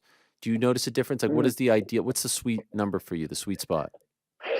Yeah, I think 8 to 10 is good for me. I think with professional athletes, they definitely need more sleep, I'd say, than the average Joe, which you're not. You're an athlete yourself. Oh, thanks. Appreciate that. That's very kind of you. Yeah, of course. So yeah, I think definitely I need at least minimum 8 hours, for sure. By the way, what about the like the wacky tobacco, the e-cigs, all that stuff? Do you cut that out, or are you allowed to have that? Or how does that work? Wacky tobacco e-cigs, what the hell? Ariel, don't be smoking on them nasty things. As far as marijuana goes, I haven't. This is the furthest I've cut out smoking. It's been probably about 3 weeks already. Wow. No issue. I never really have an issue with it. I don't abuse it. I'm not addicted to it. I can cut it out, no problem. Keep a little bit more clear-headed. This is actually the first time I haven't streamed in probably my UFC career. I haven't been gaming at all. I've been just extra focused on the task at hand and using those extra couple hours of gaming to recover, rest, and do that. So that's been a big difference in this camp. But you have been still doing the show with Tim Welch, who we had on the show recently. He was fantastic. You still do that though, right? So you're not completely like shutting off from the world. Yeah, no, of course. Still busting out the Bro Malley podcast, Timbo Sugar Show podcast. Do those once a week. So still doing that. Still posting out and stuff, but just not gaming. Gaming takes a lot out of you, especially streaming. Yeah. So that's been a big deal. I actually saw your last episode. You were talking about getting pulled over. You were going a little fast, and then you said something that I thought was interesting. You were like, I should text more when I drive because when I text more, I actually slow down. Which I was like. That was supposed to be funny. I know you said it very seriously, and I actually for a moment thought that you were being serious. But we should let everyone know not to text and drive. Yes. Yeah, don't text and drive. It's crazy. Those Tesla X Plaids, the big ones, you can go 100 miles an hour, and if you're not looking, it feels like you're going 60. It is wild how fast those things are. So yeah, I was going a little too fast. I was actually trying to get home. I was at my house watching the fights, and then I didn't want to stay at that house. I wanted to stay at my other house. Yeah, I forgot 5 houses. I bounced around. Damn. So I came out and I wanted to get some good sleep. So this house is set up for perfect sleep. So I thought, I'm going to speed a little bit so I can get home and get some better sleep. Didn't work out that way. Got pulled over. Actually got to sleep a little bit later. But the cop was a nice dude. Got a fat ticket, but that's okay. And here we are. Yeah, I saw you watched Jake versus Nate. What did you make of that fight? Did you enjoy it? That was oh my God, did I enjoy that? That was entertainment at its finest. Jake Paul, I've been loving what he's doing since the beginning. Nate Diaz, I would watch, him do anything, any sport. Nate's just a fun guy to watch. So Jake versus Nate got me very, very excited. I thought the fight was exciting. I thought it was awesome. I thought it was very close. I thought it was closer than it said on the scorecards. Jake's just he was just too big, too powerful. I thought he did really, really good dealing with Nate's pressure. I don't think people understand that have never fought that kind of pressure is really hard to deal with, and Jake did a really fucking good job. Have you seen all the? I know you were kind of boys with both of them, but there was this video yesterday, the Impulsive podcast, Jake and Logan going back and forth. Have you seen this? I have not. Oh my gosh. There's a lot of tension there between the two brothers, and I was just curious if you thought really? that. Oh my God, you got to take 30 minutes out of your. I mean, you got to do a video on this. They're talking about Logan saying how he's tired that people are choosing Jake over him because Jake is the easier fight. Then they're going back and forth about like playing both sides, and there was an issue with the drinks. Jake is on one side, Logan's on the other side. The zone. I mean, I know a lot of cynics online would say, "Oh, they're just building up a feud for the internet." This felt very real to me, Sean. I mean, it felt actually a little bit uncomfortable to watch.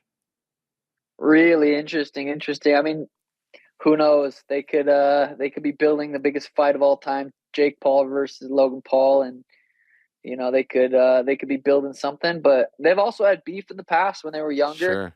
But I don't know. I watched that Netflix documentary Jake put out, and you know those dudes love each other. I think they'll get over whatever they have going on. You think Jake could have success in MMA?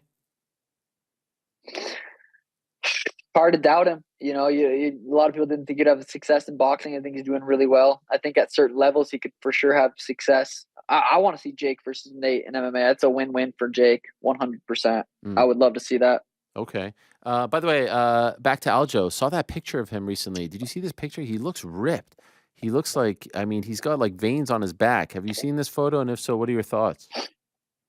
I seen a video recently. I don't know if it's the same photo, but I think he probably looks just as jacked in that one as he did in the other one. But yeah, he always looks jacked. He's just got them jeans. He's shredded, even when he's, you know, out of shape, out of camp, and fat. You know, the dude's still fucking ripped. So, you know, yeah, that's just good ass jeans, and obviously he's working hard. Do you feel like people have been disrespecting you going into this fight? People seem to think because of his wrestling that, you know, it won't be as tough as the Cejudo fight. Have you heard this talk? And if so, how do you internalize that? Yeah, definitely. You know, I've been hearing that. It is what it is. I'm not really too worried about what people say. Going into that Peter Yan fight, I heard a lot of the same things. Obviously not about the wrestling or grappling, but that Peter was going to destroy me. I shouldn't be in there with him. Then I go out there and beat him, get the job done. So I'm not too worried about it. I agree. I think his wrestling and grappling is very fucking good. It's whether I can crack him and put his fucking lights out before he grabs me. I think it's a striker versus grappler matchup. There's no secret in our game plans. It is what it is. I truly believe, and I'm 100% capable of going out there and putting his lights out. I'm fucking fast right now. I'm sharp right now. I'm accurate right now. I will land this right hand. You go and look at my entire UFC career. How many people whether I finished him in the first round or not, I've dropped a lot of people in the first round, and he's cutting a lot of weight. And that plays a role. It does 100% play a role in the shots you can take. So I plan on going out there and delivering the shots that he can't take. And you know, he has a bit of a funky style. Are you able to bring anyone to replicate that? You know, the takedowns are a little bit different. The striking is a little bit different. Are you the kind of guy that brings in people to, you know, replicate what your opponent is like? Do you do that? We didn't need to bring anyone in. Phoenix, Arizona's got a ton of just absolute studs. At the MMA lab at Tim's gym, the mixture between the two, there's so many good guys, so many different styles, so many guys that are, you know, just really high level wrestlers, higher level grapplers, can mix it up really well. So definitely didn't have to fly anyone in. Specifically, just training with killers at the lab and at Tim's gym. Okay. By the way, recently you tweeted something about how bad MMA managers are. Could I ask what you were referring to? Oh, we need another hour, Ariel. Oh, yeah, that's something I plan on. You know, I got to get all my everything in a row, make sure I can say what I can say, and I don't want to accidentally say anything that I'm not legally allowed to say. So I'm going to make sure that that's all covered. But yeah, I mean, it's no secret how managers in MMA are horrible, and they're basically You know, they're asking for percentages of fighters' bonuses, and it's not good. Something needs to be done. I said stay tuned. Mm-hmm. You know, it's been a while, but continue to stay tuned. It will be announced. Something will drop, and it will, you know, hopefully can change up the game a little bit because these managers are dog shit. Wow. Okay. I thought the stay tuned was to announce something on this show. I thought that's what you were referring to. I would love to. You know, maybe once I get it all figured out, maybe I can announce it here and we can talk about it on here. But definitely, I mean, I would love to get it out as many places as possible. But I think we could make something happen there, Ariel. Okay. And by the way, are you just representing yourself now? Yeah, I've been representing myself for a while now. You know, I'm on a new contract right now, going into the UFC, this title fight. I'm on a new contract. Sat down with Hunter, negotiated.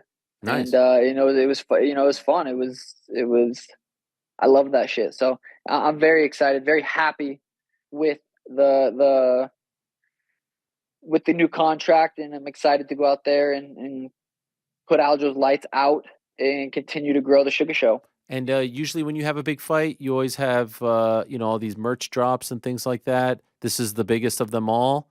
What do you have planned? Are you doing something special for next week or for the next 10 days?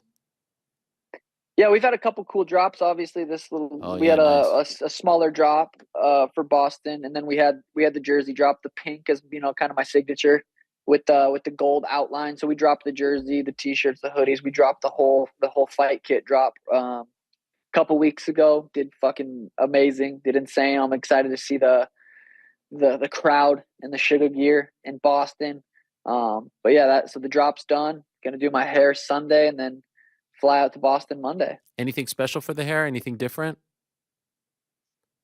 It's always special. Every time it's special. So I'm sure it'll look beautiful. And, you know, I'm gonna break it up probably into 2 days, 4 hours Saturday, 4 hours Sunday. It's hard work. Yeah. Having that such beautiful hair. So. Okay, 3 last quick things. Are you going to be the fan favorite in Boston? Yes. I think so, yeah. I mean, it's East Coast, but, you know, you do have a loyal following.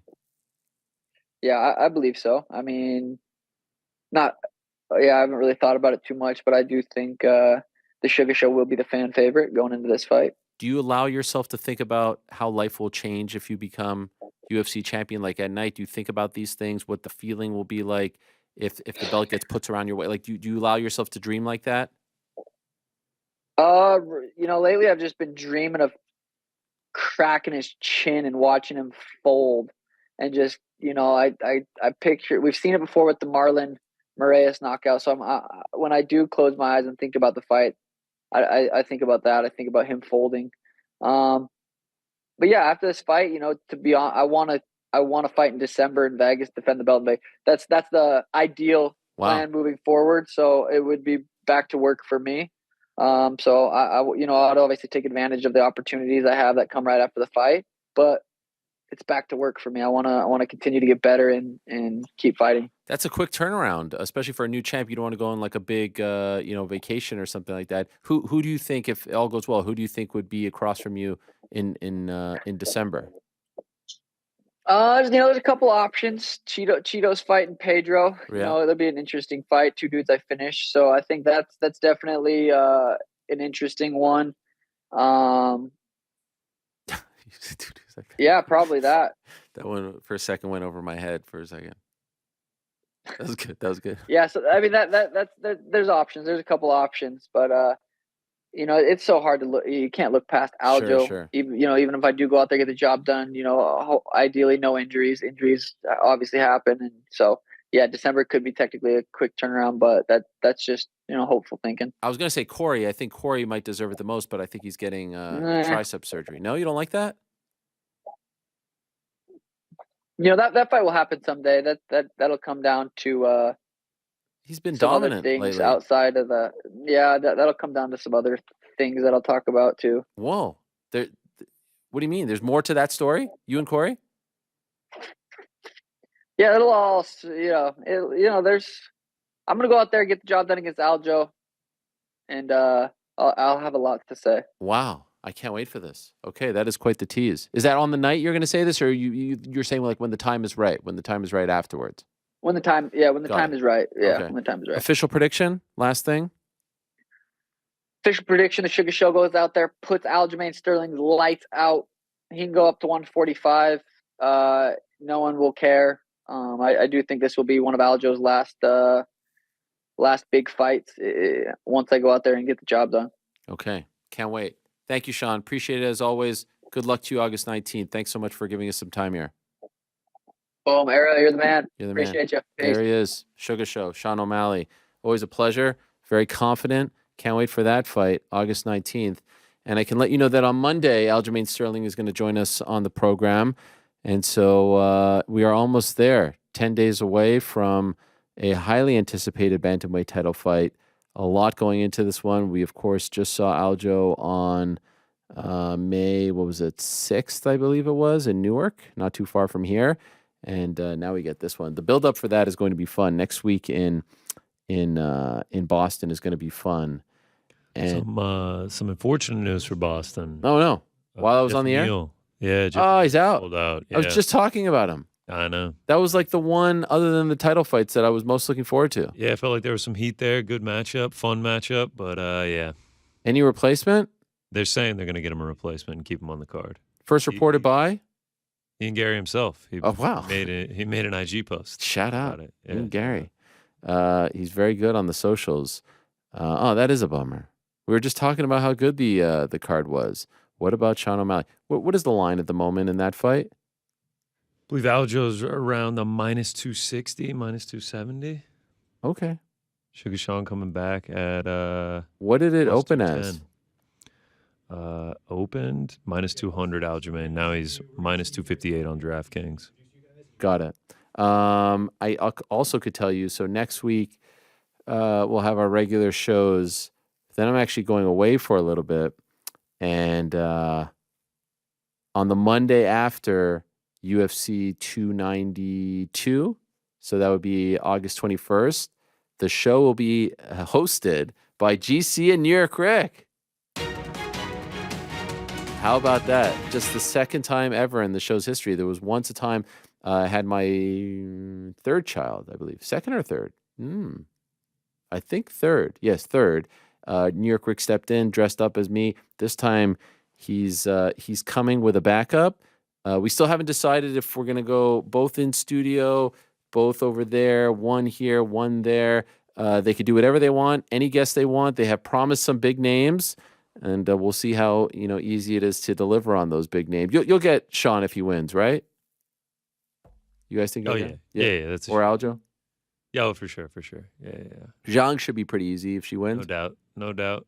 Yeah, all these should be pretty easy. Ian Gary. Yeah. We Weidman. got the keys to the castle. Yep. Yeah, it all should be. Gonna get Jake as well. Yeah, Jake, sure. If you Jake wanna, Paul, if you want to book that one, Frank, thanks, man. Done and done.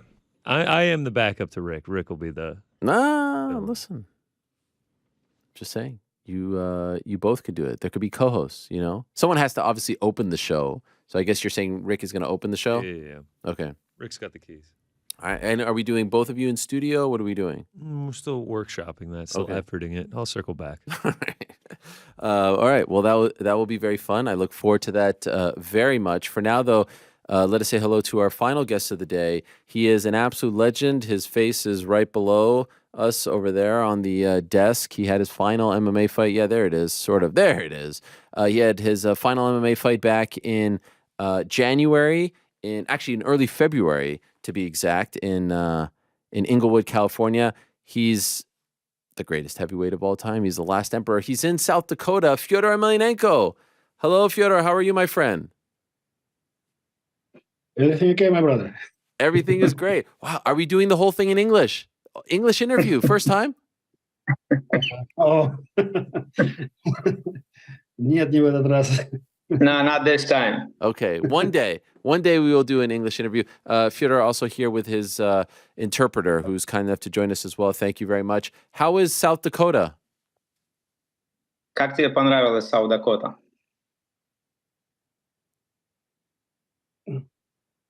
That says it all. Not much to say about South Dakota? Не особо много что есть сказать тебе по поводу Сауth Дакоты. Да. Ну, я, конечно, здесь не для того, чтобы хорошо проводить время, я для того, чтобы с ребятами быть, поддерживать их. I'm not here just to have a good time. I'm mostly here, like, to support my team. Sure. My guys. How many fighters do you have on this card on Friday, the Bellator card? How many fighters do you have on it? Сколько твоих бойцов будет в эту пятницу на карте на этой? В пятницу будет биться 3 ребят. Валентин Молдавский, Владимир Токов и Никита Михайлов. This Friday is going to be 3 fighters from my team. It's Valentin Moldavsky, Tokov, and Nikita Mikhailov. Okay. And are you the head coach? I know you have the Fedor team, but are you the head coach for these guys? Ты главный тренер для всех этих ребят? Ну, скажем, да. Скажем, Yes. у нас есть тренера, которые работают с ребятами, но, скажем, стараются прислушиваться ко мне. Конечно, мое слово, то есть я поправляю по технике, какие-то советы, рекомендации, ну и, конечно, сам еще работаю, еще в строю. То есть я непосредственно боксирую с ребятами, борюсь немножко. Yes, I'm like main coach pretty much, so they definitely listen for my suggestions, and I work with them also, like unboxing with them, and like I'm working with them. Do you like fixing the techniques and stuff? Do you like this role? Was this something that you always wanted to do, to be a head coach, or was it something that happened later in your career that you had the idea to do this? Нравится ли тебе вот быть в этой роли главного тренера? И была ли у тебя эта идея изначально, или вот она просто сама собой пришла вот уже в более позднее время в твоей карьере? Наверное, скажем, это произошло неосознанно, потому что я позвал ребят, когда вот, скажем, Райзен в то время обратился ко мне за выступление, хотели, чтобы я у них выступил, и были ребята близкие мне, которые со мной долгие годы тоже тренировались, которых я знал, вот они тоже бились по боям. Ну, мы все пошли одной командой, и с тех пор, скажем, я руковожу ими. It happened by itself, basically. What happened is, like, when the Ryzen called in, I spoke to a few guys that I trained before that were around me for a while, and it's just like, this is how the team got created. So, I started training them little by little. The last time we spoke was before your last fight. I'm just wondering now that it's come and gone. How do you feel about what happened in Inglewood back in February? Are you at peace with the way in which your final fight went? Последний раз, когда ты был на интервью, это было как раз перед боем, с последним твоим заключительным боем в Беллаторе. Есть ли какие-то у тебя, я не знаю, ощущения, как ты чувствуешь себя, и относишься ли ты спокойно к тому, что произошло тогда, вот в том последнем крайнем бою? Отношусь спокойно. Скажем так, к тому бою все, что можно случиться плохого в подготовке к бою, вот случилось в той подготовке. Но я хотел закрыть эту историю, скажем, потому что уже возраст, и, скажем, мой организм не тянет ММА, не могу уже. Есть травмы. I didn't really think much about that fight. The camp itself went absolutely wrong. Everything that bad could happen in the camp happened. But I just wanted to, back then I just wanted to, get done with it, since it was my last, fight on the contract, and basically that was it. Ну, конечно, время работало, но не в мою сторону, потому что в связи с пандемией оттянулся бой, потом растянулся этот контракт последний. Вот, и, скажем, все работало против меня, мне полезли травмы определенные. Но я хотел закончить эту историю, поэтому принял решение его провести. As I mentioned, everything went wrong. Like the pandemic part was like, the last fight was supposed to happen before the pandemic. And due to the pandemic, they keep changing times. They weren't sure where the fight is going to be happening. And during that time there, I wasn't fighting, and I got some injuries here and there. So everything went wrong, but I just want to get, done with it. Right. So that's why I didn't, postpone the fight. So when you say that everything that could go wrong went wrong, do you mean like you were banged up, or was there other stuff that made it a very bad camp for you? Ты имеешь в виду, что во время вот кемпа случилось все, что могло плохое случиться? Что именно ты имеешь в виду? То есть как бы самочувствие твое или что-то вообще, какие-то другие обстоятельства? Скажем, я начал подготовку набегать, вот, скажем, набежал. Есть такой определенные вещи, которые я делаю перед... Когда бы поднял выносливость, скажем, заболел короной. От короны выздоровел, более-менее оправился, заболел гриппом, у нас там был, свиной грипп был. От этого выправился, начал работать с ребятами, с Валей мы работали, вот, проходов в ноги, там, у меня обострилась грыжа. Грыжу более-менее восстановил, полетел в Бахрейн за визой, еще неделю потерял. Потом вернулся, у меня продолжил работать, у меня опять грыжа обострилась. Опять проходы в ноги, опять пришлось остановиться. Ну и вдобавок ко всему пришлось опять лететь потом уже в Армению, уже получать визу. Yeah, basically, as I mentioned, everything went wrong. So first, what happened is like I usually do certain work before, like when on my camp. So usually I start running a lot, and like once I start running to increase my endurance, what happened is like I got a coronavirus.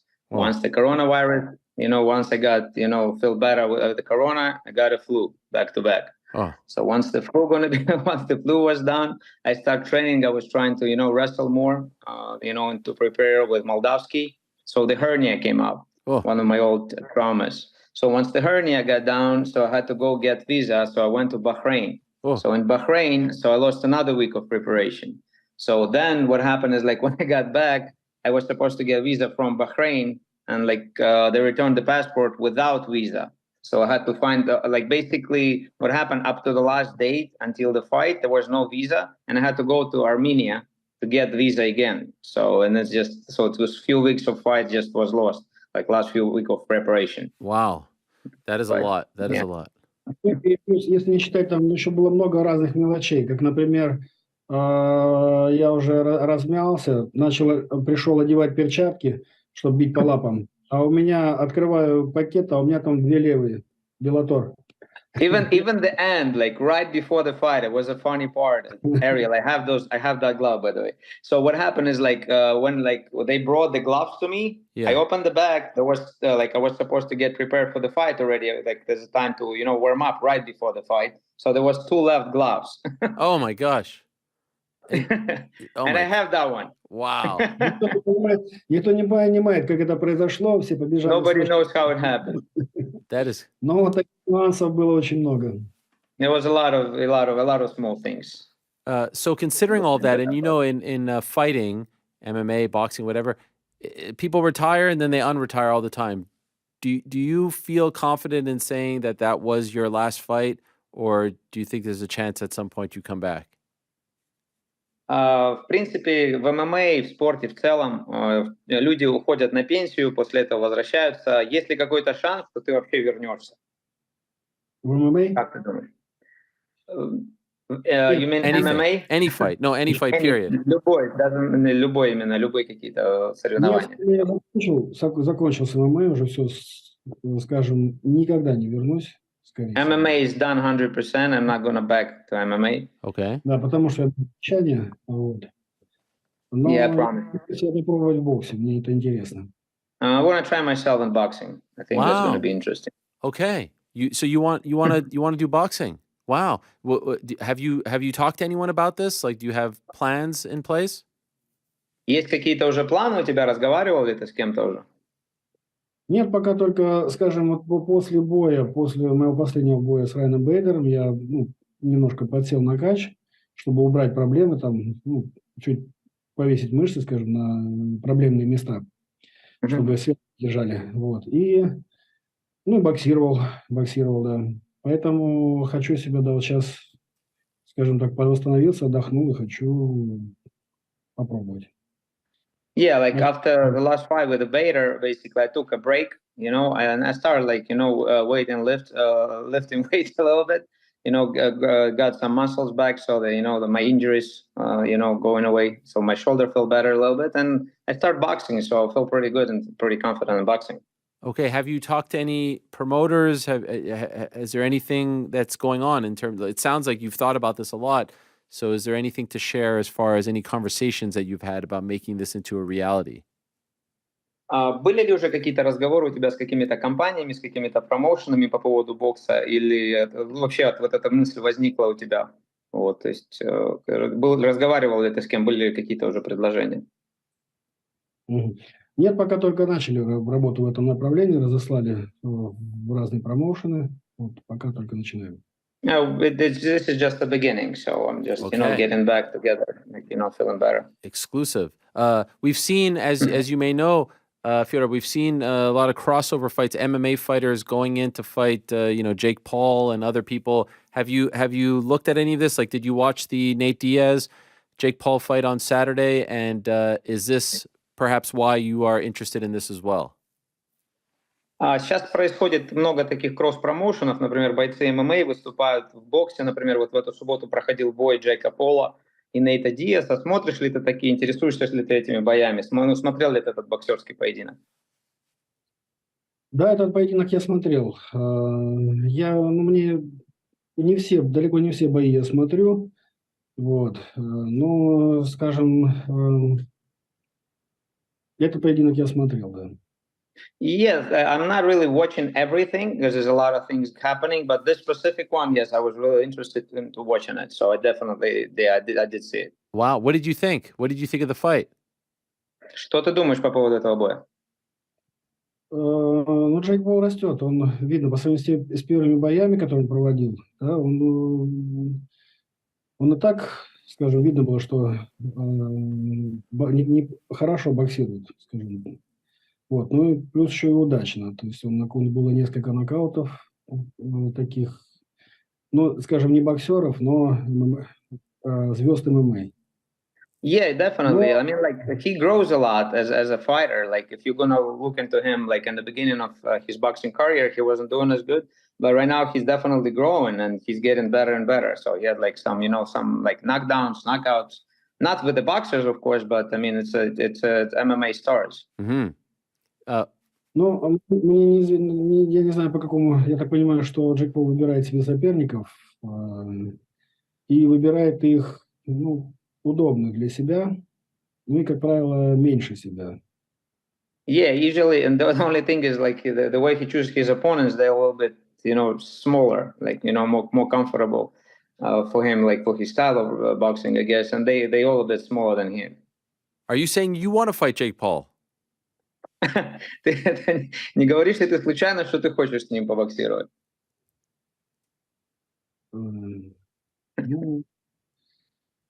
Я не думал, но стараюсь всегда не думаю, что он согласится. I didn't think about it, but I doubt he would want to do it. Why not? Maybe you're more his size, Почему нет? Ты же больше, в принципе, подходишь ему по размерам. Именно поэтому, наверное, не согласится. This is exactly why he may not agree. Good one. Do you have, you want to box? Do you have a dream opponent for your first fight in pro boxing? Do you have a dream opponent? Есть ли у тебя какой-то вот прям мечта какого-то боксер какой-то, с которым бы ты хотел провести свой первый профессиональный бой по боксу? Профессиональный бой по боксу? Знаете, мне бы интересно было, конечно, у нас показывали бой Майка Тайсона с Роем Джонсоном. Вот было бы интересно с Майком Тайсоном. Well, that we watched there was on TV, like we were able to see the fight of Ron Jones with Mike Tyson. Yes. So Mike Tyson probably would be interesting for me. Уже выступал в тяжелом весе и такой, знаковый, это имя. He's like, yes, he has a big name. He's a legend.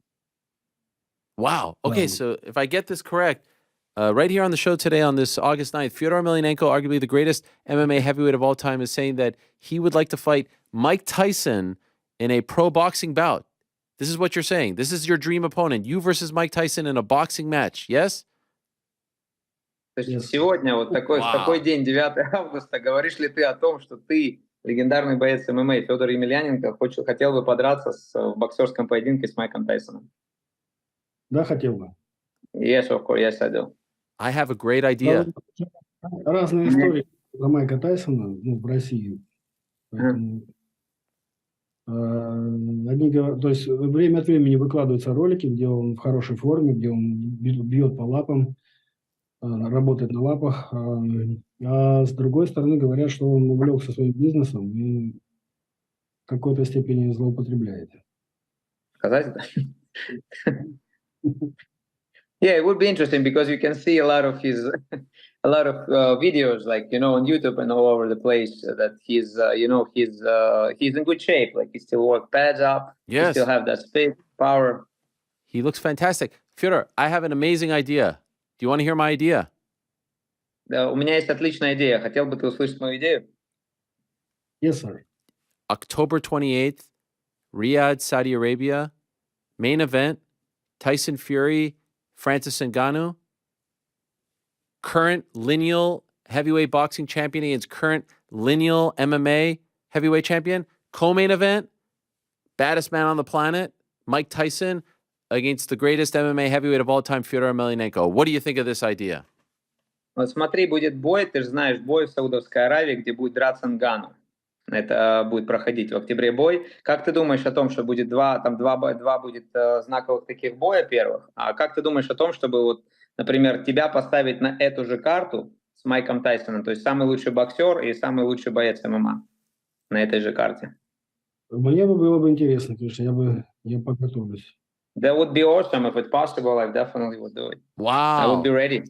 You like this idea? October, is that okay for you? October 28th, does that work for you? Октябрь для тебя был, до 28 октября для тебя было бы достаточно время для подготовки? Да, было бы достаточно. Yeah, it's more than enough. I'm going to make a call. I'm going to call up the people in charge. Maybe I could be your promoter. We don't need anyone to promote. I could be the guy standing. Here he is, the greatest MMA heavyweight champion. I'll promote you. What do you think of this, Fyodor? I won't take a percentage on the house for free. No problem. Он готов работать промоутером бесплатно для того, чтобы промотать этот бой. Без денег. Большое спасибо, Эли, да. Да, спасибо. Thanks a lot, Ariel. Yeah, he has a lot of respect for you. Thank you. That means a lot. Идея хорошая. It's good idea. Great idea. Okay. This is amazing. So, even, let's say it doesn't work. They have the car, whatever. Are you saying this year, like this to me is the idea? I think it's a brilliant idea. Even Tyson is helping Ngannou train. Like he's in shape. He's a brilliant idea. But 2023, you want to have a pro boxing bout? Is that what you're saying? At least one? Вот эта карта уже сейчас, возможно, будет такое, что эта карта уже полностью забукана, что все уже бои на ней поставлены, и что, может быть, по какой-то причине этот бой может не состояться, не получится сейчас сделать его. Но ты считаешь, что в 2023 году ты можешь уже подраться по профессиональному боксу? Да, можно. Если правильное предложение. Я не терял форму, я продолжал тренироваться, поэтому, конечно, я буду готов. Yeah, of course. Like, and I always train. Like, there was a camp right now, in Russia, so I was there. I'm always ready. Я слышал, что Майк Тайсон будет участвовать в подготовке Фрэнсиса Нгану, да, вот к этому бою. Поэтому, думаю, что он должен быть как-то. Yeah, I heard that Mike Tyson is going to help Francis Ngannou to prepare for this fight, so he's probably in good shape too. Yes. Who do you think is going to win that fight? Francis or Tyson? Как ты думаешь, кто выиграет этот бой, Тайсон или Фрэнсис?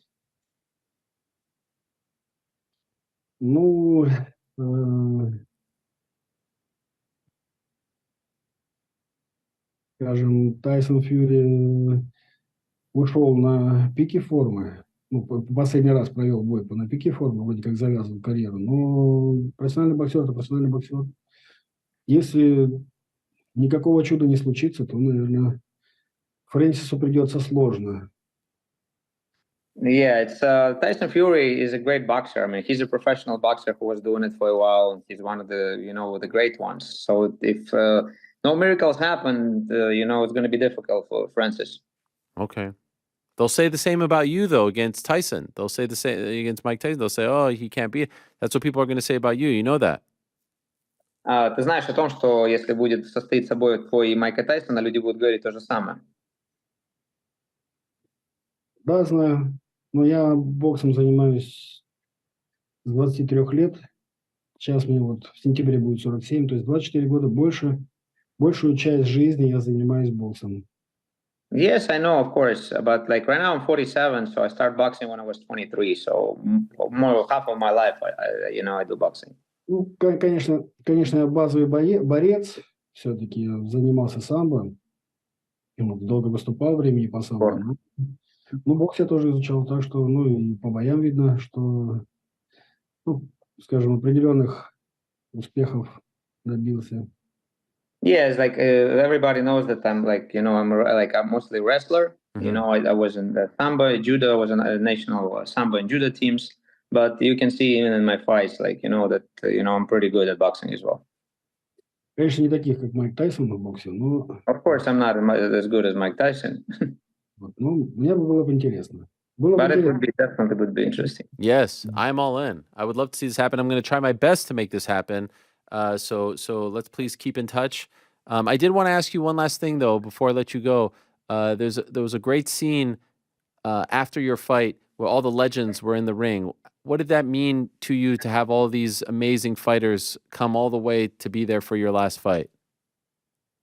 После вот последнего боя была такая сцена интересная, когда все бойцы, все легенды спорта присутствовали там, и вот они зашли вот в эту клетку. Во время того, когда ты положил перчатки. Что вот это для тебя значило? То, что все они приехали с разных концов мира. Ой, я, конечно, очень благодарен всем бойцам, всем своим друзьям. Мы долгие годы с ними знакомы, дружим, со многими дружим, и с многими выступали на одной карте бойцовской, либо даже с некоторыми даже бились. Поэтому я очень благодарен. Для меня это большая поддержка и признание, наверное, не знаю. It definitely means a lot to me. Like with some of these guys who came in, we're friends with some of them. Some of them, I shared the ring, the cage. Some of them, we still talk. So it definitely means a lot. It's like that, it's a lot. It's from the point of support, friendship, from sportsmanship. It definitely means a lot to me. Я рад, спасибо большое Скотту Кокеру, что организовал эту встречу. Я рад, что эта встреча произошла, что мы объединились в такое сложное время. Yeah, I'm really happy that Scott Coker was able to, put the show like that together. Like we were able to, to meet, even times are hard a little bit. Yeah. It was beautiful. It was one of my favorite moments of the year to see all those legends come together. And I feel like you're such a humble guy that maybe you were a little bit uncomfortable with all the attention and the love that you were getting, but it was really nice to see everyone together. Да, было приятно. Это, наверное, был самый крутой момент в этом году. То есть единственное, что мне показалось, наверное, я не совсем понимаю, если чувствовалось ты себя комфортно или нет, потому что очень скромный человек и столько внимания к тебе сразу. Насколько ты чувствовал себя комфортно или нет, это было непонятно. В этом плане, было немножко это на меня давило. Yeah, it was a little bit of pressure for me. Yeah, I understand. By the way, actually, one last question. I don't know if you know this. I don't know if you know this, Fedor, but in the studio right here, there's a picture of you here. We have this picture of you here. You know this picture? Здесь в этой студии есть фотография твоя. Он не знает, если ты знаешь об этом. Там есть твоя фотография. You see this? You know this picture? Yes, after Mirko Krokop. Yes, after Mirko Krokop. What do you think? Do you like? I mean, look, you're beat up, but to me, this is like I said, I have so much respect for you. You're one of the greatest ever. So look, your face tells a story. But when you see this picture, what comes to mind? What do you think? Как только ты смотришь на эту фотографию, что приходит тебе в голову? Какие мысли? О чем ты думаешь? Я смотрю на нее, когда мы был в студии у Ариэля, и вот сейчас. Так я на них не смотрю, на свои фотографии. Yeah, I don't really look at those pictures, honestly. The only time I saw it was when I was in your studio and today. That's it? А так, да, хороший, конечно, был бой, замечательный бой. Но через неделю все синяки сошли. But it was a great fight, but all Blue and Black got away a week later. So you don't go on Fight YouTube? was a great fight. Быстро заживает у меня. Yeah, he's like everything is getting away pretty quickly. He's getting healed up fast. You don't go on YouTube and watch your old fights and things like that? Some days, you sit back and watch yourself from the old days in Pride. You don't do that ever? Если когда такие дни, например, когда тебе хочется зайти на YouTube и посмотреть свои старые бои, посмотреть, как ты дрался раньше и так далее. Да нет, я этого не делаю. No, not really. I never done it. Maybe one day. Maybe one day. There's a lot that you can watch. There's some classics there. Может быть, один день. Там очень много чего есть посмотреть. Некоторые из боев прям классические. Спасибо большое. Спасибо, Илья. Thank you very much, Ariel. Fedor, you're the man. Thank you so much. Good luck to you and the team on Friday. Looking forward to it in South Dakota. And I will see you October 28th in Saudi Arabia against Mike Tyson, okay? We're going to make this happen. Спасибо тебе большое. Надеюсь, получится увидеть тебя в Саудовской Аравии 28 октября с Майком Тайсоном. Thank you, brother. There he is, the great Fedor Emelianenko. And thank you to his interpreter as well. And thank you to Bellator. I saw CJ over there off to the side. That was tremendous stuff. Wow. How about Fedor coming out with the big guns? That is something else.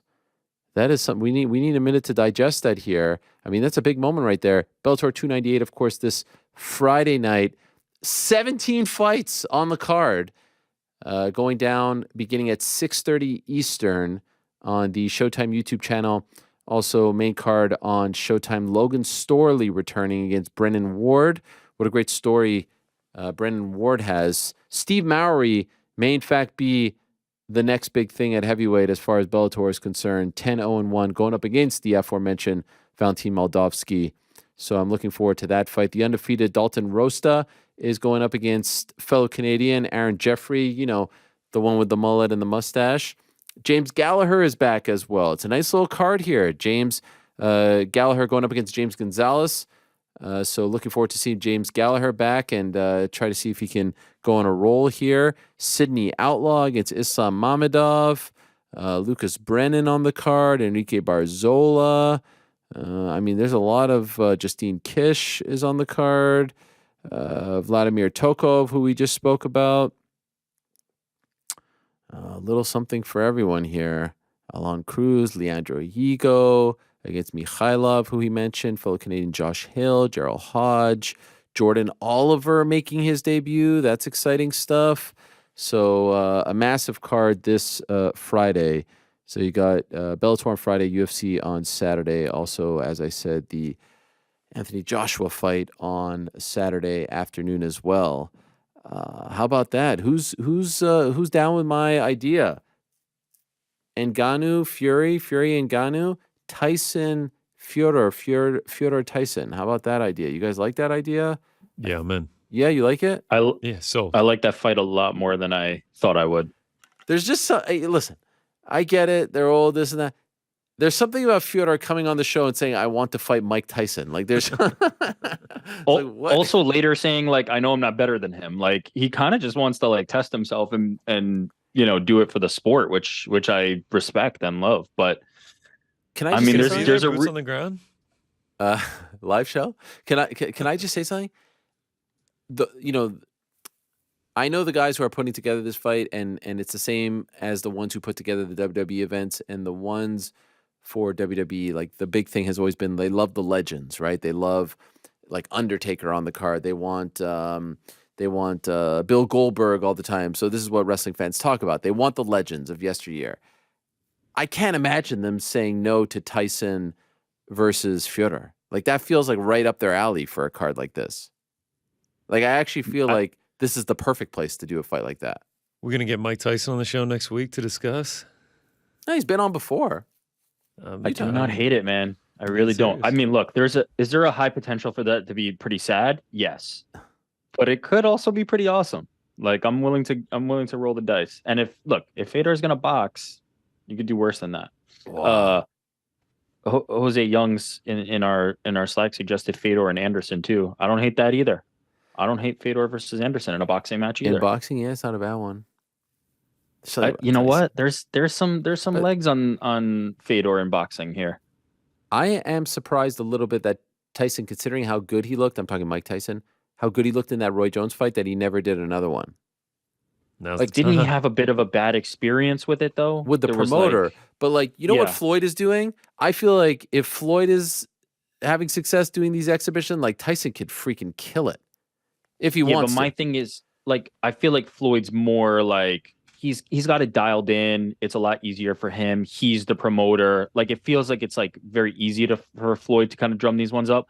I could see a world where Mike Tyson did that first one. It didn't end up being what he wanted from the business side of it, and it's just like, I don't need this headache. I'm freaking Mike Tyson. You think so? I don't need to do this anymore. I mean, it would make sense, right? Because to your point, I mean, I think everybody went away from that thinking like, damn, Mike looked like he still got it. Yeah, I know. But I feel like Tyson could easily make Mike Tyson promotions, Iron Mike promotions, and do the same thing. I know he doesn't have a Mayweather promotions, but like, could you imagine Tyson doing a fight in Japan, going back to Japan and doing something there? Like, he would kill it. I mean, Mike Tyson would kill it anywhere. Like, if he has himself attached to it, I think it would be massive, no matter who the opponent is and no matter where it is. Can't wait to take credit for this fight when it Fedor versus Mike Tyson on the undercard of Fury. I was not expecting that. Ngannou. Yeah, I thought we'd talk about, Moldavsky, a little reunion situation in February. Something completely random occurred to me in the course of that conversation related to the Fury Ngannou fight. And forgive me, I'm sure that 10 million people have noticed this, but like, isn't it a bit weird that Mike Tyson is training with Ngannou when Tyson Fury is like the namesake named after Mike Tyson? Like, isn't that kind of literally weird? literally the first thing that came to mind was when Didn't even come to mind. The first thing that came to mind for me was, oh, cool, Francis Ngannou learning from a boxer. Maybe he can adapt his style. All these things. Just now, weeks later, it has hit me. No, they announced it last week, so it wasn't that long ago. But that was the first thing I thought about, because John Fury has said that he named Tyson. Tyson has said this as well.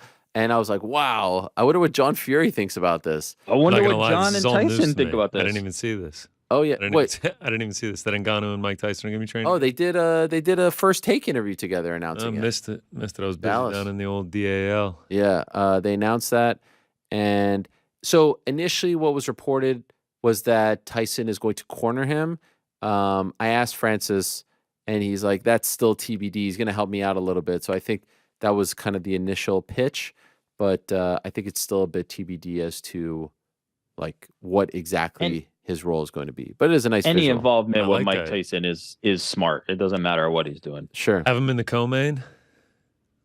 Fedor. That's what I'm saying. Yeah, put him against Fedor in the co-main. That's what I mean. He can just turn right around and get in the corner with Ngannou. Yeah, I was going to say, how's he going to help Ngannou if he's preparing for his own fight against? I mean, they're helping each other. Iron sharpens iron. Isn't that what they say? In this case, literally, Iron Mike. Yes. Yeah, but I did just realize that now, and I was like, wow, I wonder if Tyson and John are like upset about this. This is kind of messed up. I think they're fine. Maybe they'll think of it as like a compliment. Yeah, it's building promotion for the fight. Clarissa Shields, speaking of boxers going over to MMA, she's back with PFL. I joked with someone at PFL, not trying to be a hater, but I was like, it's a lot of announcements about people who don't have fights in PFL. We need to get some fights in here, right? We got Jake, we had Francis, we had Amanda Serrano, and now Clarissa. Are they going to fight? Are any of those four going to fight in the 2023 calendar year? Did you get an answer? No, this is now what I'm asking. Oh, okay. Yeah, I don't know. I mean, someone said it may have been Sandu who said a banner year for announcements for PFL, but we need to see some fights now. Do you think? I'll tell you who is going to fight this calendar year. God willing, knocking on wood. The best is going to fight. Cedric Doumbé, baby. It's coming. September, it's almost time. It's almost here. It is almost here. September. Looking forward to it. I feel like we've been holding out for a while here. We've been waiting. And we're waiting longer, but it's coming. And that's the one I'm most excited Paris about. card, right? To be honest. Paris, yeah, end of September. Perfect. Big month It all for works out. MMA in Paris. UFC at the beginning of the month, PFL end of the month. October's shaping up to be pretty big. On the 7th, we'll go Bellator 300. Yeah. The next week, we'll do the KSI, Yeah. Tommy Fury, Logan Paul, Dylan Dennis. Week after that, Abu Dhabi card, UFC 294. And then week after that, Tyson Fury, Francis Ngannou. Gigantic. Nice little month there. I feel like there's something else too. Probably is. Wow. Couple Apex cards thrown. That is a month. And by the way, what's up with Dan Hooker and all the tats? He's tatted, bro. I mean, he's said got the big chest plate there. Sheesh. Yeah. I mean, when you can eat head kicks like that from Jalen Turner, you can pretty much do what you want. I mean, I have heard they're addictive, so maybe he's on. I a run have right heard now. that too. I've heard once you get one, you just want more. Yeah. He's probably got the money to buy them too. Do either of you guys have tattoos? Facts. No. I do not. Frank does. They're pretty addictive. I did that stupid thing where it's like you want to get the perfect one, and then you spend so much time planning it, and then it passes you by, and now I don't have any interest anymore. I feel that. Get a nice sleeve. Sleeve would be cool. Sleeves. I mean, if you pull off the sleeve, leg sleeve too. If you can pull off a leg sleeve. Problem is, you can't be buried in Illuminado, a Jewish cemetery. Jose Yeah, but Young's got across the many street. tattoos as confirmed on the addiction. Go across the street. Is that what you said? Yeah, I mean, you could still be close. Sure. How many tattoos do you have, Frank? 5. Which is your best? My MC Escher one I like a lot. What? MC Escher, the illustrator, the artist. No. I have a Bousquet one. Do you? yeah? No. They had that prison tower, and that's why I never. Is it Bousquet? Is that his name? I don't know what you're talking about. Banksy? No. Wait. What's his name? Are you talking about the artist Banksy? No. Fuck. I'm so embarrassing myself right now. Basket? It's of a basketball? No. The guy who did the Nets. The artist from Brooklyn. No clue. You're kidding me right now. I am not. You're gonna feel so dumb in a second here. I already feel dumb here. We're gonna feel dumb? Yes, because at least I know the guy. Then you look it up. I might know the guy once you say his real name. Someone's listening to this right now, and like, Yeah, I mean, these you're guys giving are us no dumb. descriptor. The guy who He's did the from City Brooklyn. Edition, Jean-Michel Basquiat. Oh, Basquiat. I don't feel Basquiat. You don't know Jean-Michel Basquiat? Is that not Basquiat? Is That's that not how it's pronounced? No, it's Basquiat. Basquiat. There he is. He's a legend. Yeah, I think it is Basquiat. Yeah, I'm pretty sure You're it is anglicizing the name. I'm telling you the French. He's Jean-Michel. By the way, my house like doormat is from him. Yeah, it looks like he's got cool art. You never heard of this guy? No. He died 5 years before I was born. Don't give me the 5 years. Wait, you don't know of anything that happened before you were born? It drives me nuts when people say that. Oh yeah, Connoisseur chick life. Have you ever heard of this guy named John Lennon? No, actually, he died 10 years before I was born. I'm sorry, I'm not familiar with his work. Connor didn't know who JFK was. Yes, that's true. Died 23 years before I was born. All right, fine. I can't believe you guys don't know who he is. This is Well, crazy. now we do. You're No, enlightening I'm us. I really thought you were going to drop a bomb on us, and I was going to be like, oh. I don't even know. You're sitting on your stool. You didn't know who MC Escher was. How did this even come up? I have no idea. The tattoos from. How did we? Why did I mention that? We were talking about tattoos. You said you were going to get a tattoo. No, because his art. Someone's chest piece. Well, Oh, Dan Hardy. Hooker. That's what it No, was. Dan Hardy. Hooker. Dan Hooker. Been a long week. Ian Gary Wonderboy? Whoa. No. Wow, I'm just throwing because we were talking about him earlier. Yeah, I don't mind. that. I'd be I shocked. don't mind that. Short notice. That's how he gets his payday. I'd be shocked. Doesn't it seem like it's going to be Neil Magny? Am I crazy? I saw some. That's what he chatter. said in his Instagram post. Yeah. That's what I'm hearing too. that got- But I was just throwing it out there. Do you think they'll try? No. I mean, I'm just trying. I think Neil Magny's the guy. Oh, all right. Gary Magny, I'm down. Man, I wanted to see the conclusion of the T-shirt mugshot beef. Yeah. Yeah, I felt like there was some heat there. It's unfortunate. All right. Well, I can't wait to see what you guys pick as far as, excuse me, this. Oh, it's so good to have a cough button. Yeah. Yes. Okay, we're going to make our picks, guys. But first, a quick word from our good friends over at DraftKings Sportsbook. Like I said, Bellator on Friday, UFC on Saturday, Big Anthony Joshua late replacement fight on Saturday night in the UK. Take your shot at huge wins with DraftKings Sportsbook. You can win big with money lines, props, parlays, and more. Right now, new customers can score $150 in bonus bets instantly for betting just $5 on anything. Download the DraftKings Sportsbook app today and use code THEMMA. Again, that's code THEMMA only at DraftKings Sportsbook. Please support them because they support us. If you have a gambling problem, call 1-800-GAMBLER. In New York, call 877-8-HOPE-NY or text HOPE-NY, that's 467-369. In West Virginia, visit www.100gambler.net in partnership with Hollywood Casino at Charlestown Races. All games regulated by West Virginia Lottery. Please play responsibly in Connecticut. Help is available for problem gambling. Call 888-789-7777 or visit ccpg.org. On behalf of Boot Hill Casino Resorts in Kansas, 21 or older, age varies by jurisdiction. See DraftKings.com/sportsbook for details and state-specific responsible gambling resources. Bonus bets expire 7 days after issuance. Eligibility and deposit restrictions apply. Crazy things happening in the world of sports gambling, right? ESPN getting involved. Everyone's getting involved now, guys. Yeah, that was kind of just like my transition out of the ad read. It was top of mind for me. Yeah, Barstool now back with the new ownership, old ownership. Yeah, renewed ownership, I guess. Renewed ownership, paid a fat 0%, $0 of. It's looking good. I'm curious about that. I mean, it sounds like that based on the language, but I don't know. It feels like it would be weird to just give it back, but they did say it's divested. So no, it makes total sense actually. I mean, you would think that there'd be some kind of cost, you know, but I saw that the costs are 50% if he sells it, plus if there's a sale. Yep. No advertising from competitors. Yeah. So it actually makes a lot of sense. What a great deal for him, right? Yeah, and especially because he's like, I'm never going to sell it. Yeah. He's like, if I die, it's going to my kids. If I don't have kids, it's going to XYZ. It's going to their kids. He's like, I'll never sell this. And also, didn't he make like he already sold it, hundreds of millions of dollars? This is a great deal. This is one of the greatest deals ever. You sell it for hundreds of millions of dollars, then you get the power back. Oh, we'll get 50% if you sell it. I'm just not going to sell it. And you can have sponsorship from. That's, to me, I'll take that deal every single day of the week. Plus, you don't have to listen to anyone else.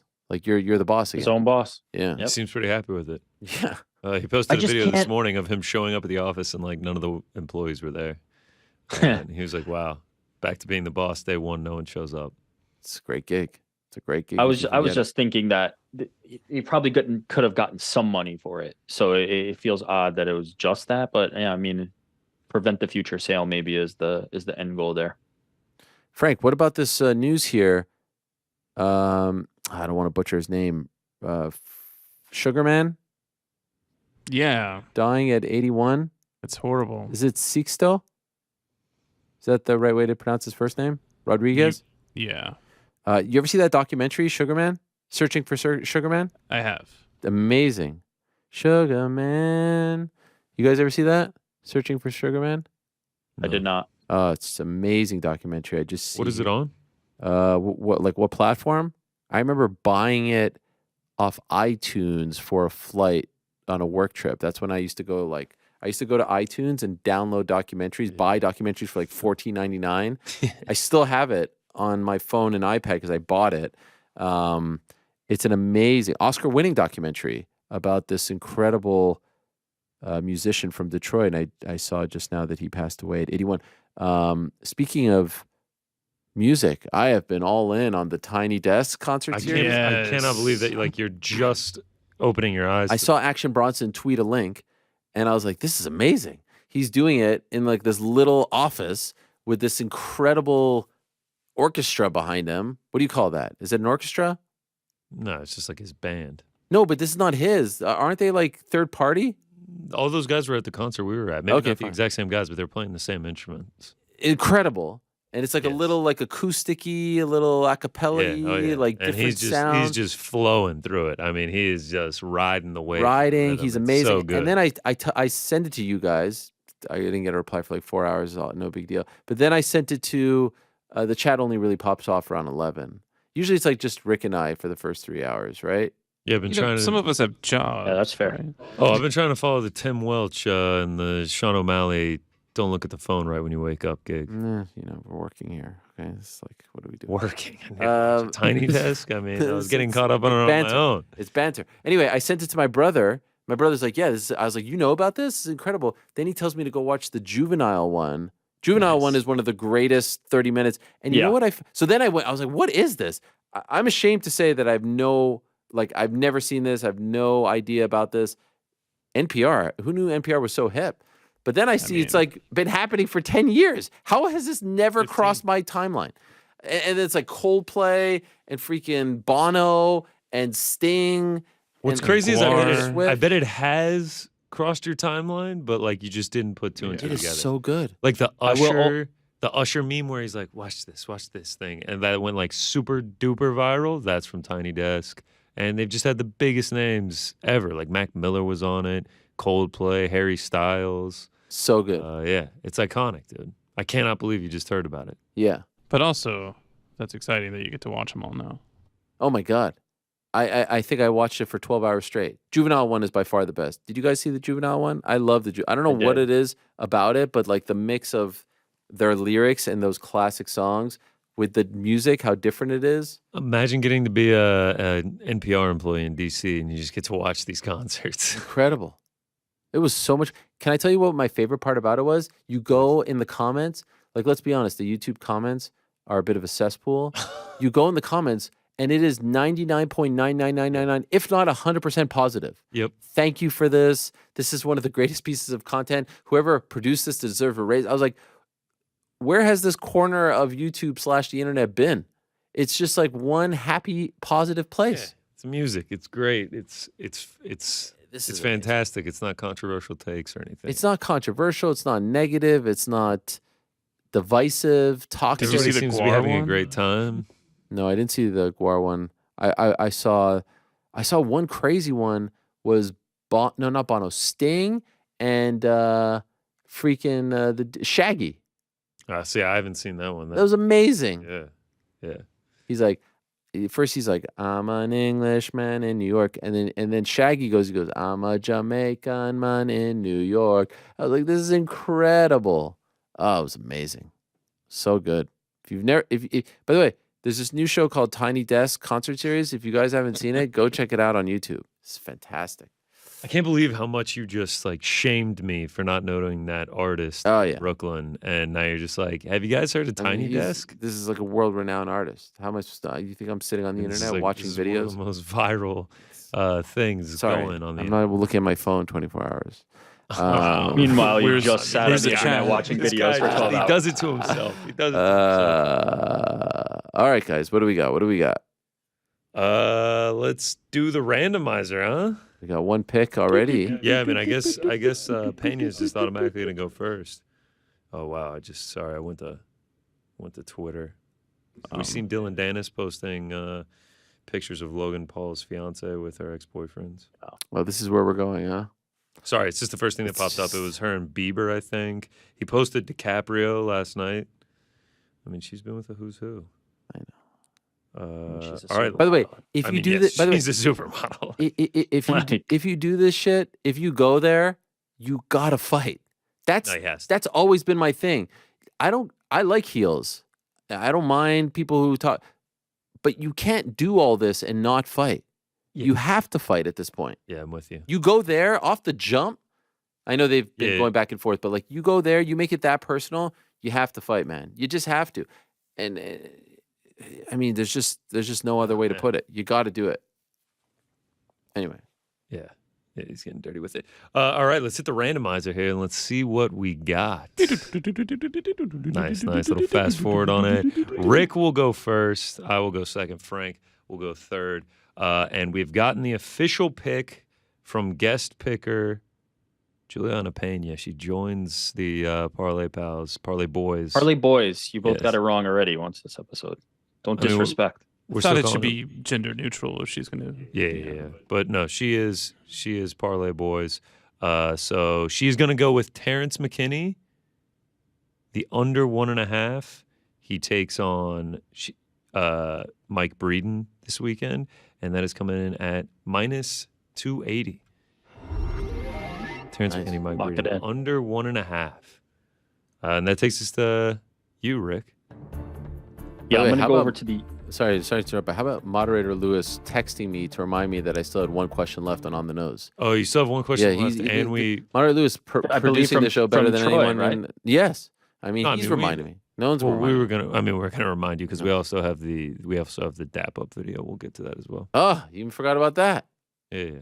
I mean, we weren't gonna let you go without it. All right, thanks. Appreciate it, guys. Rick, though, your pick. Yes. I'm going to head to Bellator. And I'm going to take Islam Mamedov. It's a lot on Bellator. What is the line there? Money Let me line. go through it. I mean, there's like 17 fights. There it is. Islam Mamedov minus 245, and just like that, we're at minus 110. Wow, rolling. That brings us to me, and for the first time, I feel a touch unprepared. Going to I'm gonna go to Belly? I'm going to go to the main event of the UFC card. I'm going to take, one of my specialties, the over 1.5, alt total, Vicente Luque, RDA, minus 400. That gets us to plus 138 with just Frank to go. Oh, nice. I'm gonna stick with UFC. I'm going to do Khalil Roundtree and Chris Dawkins under 2.5 for minus 400. Boom. This is great. And just like that, Parlay Boys are in at plus 198. This is amazing. You guys Let's don't go. need me. Yeah. I mean, do we set any rules around No more elimination. Pena's guest appearance? By the way, if Pena is really all in on this, I mean, this is fantastic. This is amazing. We have to hit. This is the first week with her. We have This is to. a tremendous development. Yeah. I mean, we got to hit. The pressure's on. Can I be the bearer of bad news? Yeah. What's I that? didn't think they were allowed to advertise picks. Frank, you suck. All Yeah, right. I'm legitimately I agree. asking I agree. about the sucking or the. Wait, aren't they allowed? Aren't they allowed? But teacher. She can make a pick. She didn't bet anything. All right, that's a good point. Yes, that is correct. I don't know. Now I feel a little weird about all this. Anyway, we'll move right along. What about your other picks for this weekend? No, just what a damn. Well, yeah, seriously. I mean, you could have bring this up earlier. All right, let's go. UFC Apex 78. Oh yeah. I'm gonna kick it off with a heavyweight bout. Martin Buday. I'm gonna take him to win by a decision. He's like a minus 200.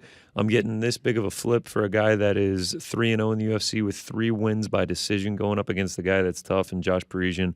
Only been knocked out once in his UFC career, and that was super late in the 3rd round. I think Buday is going to use the clinch, out volume Parisian. I think he's going to get it done by decision. Maybe he gets a late finish. Wouldn't mind. It wasn't available at the time. Wouldn't mind a same game parlay Buday in the over 1.5. That still gets you to plus money as well. But I'm going to be rocking with the decision prop. Just couldn't pass up on this line. I'm actually all props this weekend, but we keep it rolling. First time for that? Yeah, first time. No money lines for me. Marshall Bulgarian under 2.5. This was another line that I just didn't really want to pass up. Bulgarian, a lot of question marks for me around him. He is 5-0, and he is running through essentially everyone that he's fighting, but it isn't the toughest of competition to this point. We also haven't seen him fight in 18 months. But I mean, through his amateur career as well, we haven't seen the dude go past 3 minutes.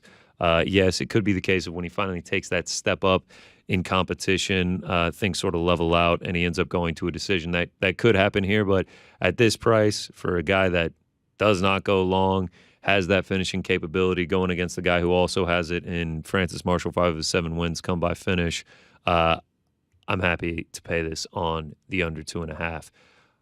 My man, I mean, a tradition unlike any other Terrence McKinney fighting, I'm going to be taking the under, whatever the price is set at. Terrence McKinney, Mike Breeden, under 1.5. Say it every time he fights. 19 professional fights, 18 of which went under 1.5, 15 first-round finishes for the guy. I mean, he is the king of chaos. He gets in there and does not get paid by the hour. He makes sure he's there for a good time, not a long time. I'm also going to be going with Terrence McKinney round 1 as well. Weird to play a minus money on a round 1 prop, but guy has 13 professional wins, 12 of them coming in the first round. I think that's a lot of his win probability is him getting a finish here in the first round. And I think this is a favorable matchup for him. Don't love that he's on short notice, but I think this is a nice bounce back spot for him. We continue to roll along. Another prop. Marcus McGee, after his phenomenal UFC debut a few months ago on short notice, I'm going to take him to win by knockout. I know he won by submission last time out, but 6 of his 7 wins are by knockout, and he's fighting a guy in JP Buys that last 5 rounds of fighting, he has been knocked down 8 times, getting dropped multiple times in 3 of those 5 rounds and KO'd twice. A couple of those matchups were at flyweight. Now he's moving up to bantamweight, taking on a bigger opponent who can hit like a truck. Like I said, McGee, 6 of his 7 wins are coming by knockout, and he did get a knockdown in his UFC debut. I think he is going to find the chin at some point against JP. Another KO prop, I'll be going with Khalil Roundtree. I mean, when he is on, he is one of the most violent dudes in the UFC. Go back and watch the Carl Roberson fight. I mean, it was just an obliteration, and I think he's going to be on this weekend going up against Chris Dawkins. Moving down to light heavyweight, not really going to have a huge size advantage. I don't think he's going to have a speed advantage, and then you just look at his last few fights, knocked out 3 straight losses, finished in all 6 of his losses, 5 by knockout. I do think Roundtree is going to get him out there at some point. And then I do like a little cross-promotion, cross-sport parlay, but the odds are not up yet for it. The McKinney-Breeden fight doesn't go to a decision. The Anthony Joshua-Helenius fight doesn't go to a decision. And the Sullivan-Colley fight in Bellator does not go to a decision. That'll probably be around like 175, 3 legs, but I very much like none of those to go the distance. And then last but not least, the fans were clamoring for it. Join the MMA Hour Premier League Fantasy League. This will be like unlimited to everyone. You go off a salary cap. $100 million is your salary. You got to, pick your team from there. I've never done it before. I really don't know how it works. But a bunch of people were asking for it, and the Premier League starts on Friday. So figure we might as well make one. If you don't want to use the league code, I am tweeting out the link as we speak right now. And you can go join from there. But hopefully it's fun. That is exciting. Yeah, I mean, excited for the Premier League to kick back up. Oh, I can't believe Friday already. It's back. They must have the shortest offseason of anyone in team sports. It's got to be up there. I mean, it ends. Like it ended end of May, and then if you're Man City, you played. I know they're the last ones, and winner goes the spoils, all that. But like that's like a 2-month break. Yeah. Not to mention if you were playing in, any of the, like the under 21, or if it's this cup or that cup, or I don't know. That is crazy, but I'm very excited, and I can't wait to see my kids. I haven't seen my kids in over a week. They finally landed after their hellacious travels, so I'm very excited about that. I do want to actually give a shout out to the good people at United. I said this last week, right? They got me home. And even the last 2 trips that they had canceled, Sunday and Monday, were Air Canada. United got them home. United, they're good. They're good people over there. I feel Big hub at Newark, man. A lot of belly aching about travel. I think it's important that we give United their love. Shout out, friendless respect, guys. respect. Anyway, last question from TST. What was your definition of happiness at age 20, age 30, and age 40? I mean, you can always count on TST for the deep, philosophical questions. That is it's a great question. You got to give him credit. For me, happiness at age 20 was probably leaving Syracuse. Like the thought of finally, I felt like a prisoner. I was so depressed. I was so unhappy for those 3 years at Syracuse. The thing that kept me going was just leaving. I was like, whenever I leave, I'm going to be so happy. This will truly be the happiest day of my life. And at the time, I was overjoyed. Later on in my 20s, I did get married and everything started to come into place and I was a hell of a lot happier. So that obviously trumps any happiness that I experienced leaving Syracuse. But when I think of the early 20s in particular, I just wanted to leave so badly that was my idea of happiness, was just being free. 30s, 100% tied to kids. Once, twice, 3 times a lady. I love you. So that was great. I mean, just that whole decade was amazing. Some highs, some lows, a lot of great moments, evolution, advancing of the career, but nothing compares to becoming a dad 3 times, to healthy kids, and just, the loves of my life. So that to me was like just the idea, oh, we're going to have one when I'm 30 and then 32 and then 34. Yeah. So that's what dominated that decade. And in my 40s, TST, the definition of happiness to me is all about health. If we don't have our health, if we are not healthy, we have nothing. If all this goes away, I don't care. But if I'm healthy, if my kids are healthy, if my wife is healthy, if my parents are healthy, if my siblings are healthy, family members are healthy, my friends are healthy, that's all that matters. Honestly, like, you're so focused on career, and I am, and probably more so than ever, because I feel like 40 to 50 are going to be the most important 10 years of my life. And this is like the last big push, I feel like. This is when all the dreams will hopefully come true.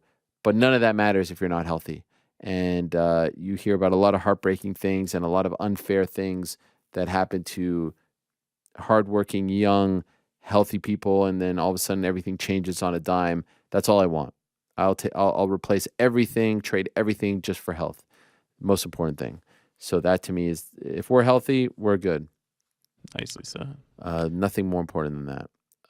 So yeah, that's it. And I thank the man above, Frank, every day for our health. And long may it continue. You don't have anything without your health. We sometimes take health for granted, right? We say, oh, next year I'm going to do this, or next week I'm going to do this, or next month I'm going to do this. Oh, on August 9th, nothing is guaranteed. 437 is not guaranteed. So we have to appreciate everything and be grateful for everything, and always put our health as, top priority. So it means, maybe we give thanks, or we were grateful, whatever. That's the way I think about it all. But tremendous questions. And yes, thank you to all. Thank you to moderator Lewis. And a previous question asker did mention, it was more of a comment, a shout out, did mention the DAP with Nathan Diaz in Dallas. I do believe we have video evidence. Many moons ago, back in 2012, we had a bit of a miscommunique. It was like this, and then I went like this, and then I wasn't sure. But do we have this visual evidence here? Yeah, wow. I have to lead off. I didn't know that there was such a miscue last time. Oh, there's a mass. Have you seen it? 100% respect. No. Oh. No, I have to see this. Wow. Oh, yeah. I bet if you type in Ariel Helwani, UFC on Fox 3, Nate Diaz, it was in. Actually, speaking of quite kids. lengthy. Yeah, here it is. Right here. After the win? Yep, after the win. If you scroll to like the last literal, 10 seconds of this video, it is a mess of a situation. You see what's happening? Oh, yeah. So it's like we go in, we go out. It's actually more like 15, 20 seconds. It's just all right. There it is. Handshake. Nice. Solid. Yeah. Coming back for more. It came back. Okay. He goes for the dab. He goes for the dab. Yeah. I wasn't really sure what to do. I mean, it's hard. There's a lot. I was saying East Coast, West Coast. Look how young we look. Oh, man. Yeah. The disconnect. Yeah. The second disconnect. Yeah, having I feel like Spencer might have to do. This might be a Spencer snatch production right here. The evolution of our handshake game. Do we have last? Oh week, yeah. We get deep into it on this one. Oh, we do. Wow. Yeah. Okay. How are you, my man? Oh, I mean, Great look at that. to see you. Thank you so much. Gosh. Appreciate it. It was great. Please Now have that a like, seat. If we could pause it right here real quick. Okay. I have to give respect to you after seeing the last one and now seeing this one. Yeah. Huge respects. Huge Thank you. respects. A couple points I want to, as we go into slow motion here, I do repeat it. I also have to give respect. It's a loud dap. Like, it sounds good. You feel it. And by the way, a loud environment. In a loud environment, the dap makes it all the way to the microphone. So yeah, we can go on the slow motion. Wow. You hear that? I mean, that's a solid dap. That's a solid dap. Nice and slow motion. Another point, if we can pause it right there. I mean, I love the entry. Nice and high. I set the tone. Yes, you get it in front of Nate's face. He knows what's happening. He knows that this is not some normal handshake. We can continue from there. Right there. I mean, it looks good as it goes in. That's great. Here's another point. Yeah, this right here. This execution is perfect. I mean, especially after seeing the last one. Zoom in there. That looks great. Now, one thing. If we can pause right there. Oh, wow. I did have to say. I mean, you are leaning hard. He's too standing hard. Straight up. I was showing love. Yeah, I get it. You got to show love. If we can continue it, I was going to give you a little bit of credit. I thought it. What? The video shoot. I thought it was gonna be the chair. The chair wasn't in the way. You're just kind of leaning, and then you guys a nice break here. It's a nice clean break. You go to the handshake. I didn't do it. How are you, my man? Overall, pretty Great good. to see you. Thank you so much. A bit of Appreciate a it. wipe on the Please tush have a there seat. from Nate. I thought that was Yeah. respect. Sweaty hands. Sweaty hands. Yeah. Well, I mean, overall, solid dap. And, Out of 10? especially after seeing the last one, it's a 10 out of 10. Overall, normal. I'll give it a solid. last one was like a solid 1 out of 10. No. The last one is, yeah. It was a disaster. The last one was so bad where you have to be like, oh, that was awkward. You have to I say appreciate it was the deep awkward. dive. Dare I say hashtag cringe? Everything's cringe. The last one? Yeah, one the actually first one. was The first cringe. one. The first one was cringe. The most recent one was not. The most recent one was great. And he did it on the fly. Did it on the fly. With the cameras. He was like one of the last guests of the day. There's a lot going on. We're there, open workouts, the zone microphone, flag, whatever thing that is. I don't know. It what was that solid. thing's called. It was solid. I like how they have it. Like the branding is on the microphone, on the thing. Yeah, when then you wear the headset, it's on. Yeah. What is this called? This thing, Frank? Filter? What is this? Windscreen. Windscreen. Yeah, they have it on the windscreen. They don't have a mic flag like or the a plastic cube. thing. Yeah, you like that? It's very European, right? Very European. You like that? Very nice flags. Do you like it? I love it. Okay. Well, I appreciate the deep dive. That was very nice of you. Thank you. And yeah, it was a good time. I mean, someone said they got emotional over it, as good as it looked. So I mean, it just shows maturation. It shows evolution, right? Look deep. Dap heard across the world. Yeah. I really did hear it across the world. It was a loud dap. Mm-hmm. I mean, when there's nothing like a nice crispy one. I wonder, I wonder when we'll be able to do that again. When we see Mr. Diaz again. I wonder when this will all happen. I mean, there's so much. Anything happened, by the way, in the influencer boxing scene since we've done the show? I haven't been. Did Let me get on Slim? Twitter here. Oh, is Slim taken care of? I heard he was going to Wet Promotions. Did they say who the backup is for? Yeah, did you Dylan? already hear about Oh, Hasim yes. Rahman being the backup for Dylan Dennis? Yeah, like official. The poster is kind of. I'm not saying that that's not true, but that was not the name that I heard. But maybe there's an. what was the name you heard? I'm not at liberty. Listen, when you're Seems in like the that's- scene, you have to be careful with what you report. Understood. Mm-hmm. That's out there, so poster's hopefully they funny, got it though. right. All right. I believe that's it, guys. Unless there's Yeah, I think anything that'll else. do it. Big weekend coming up.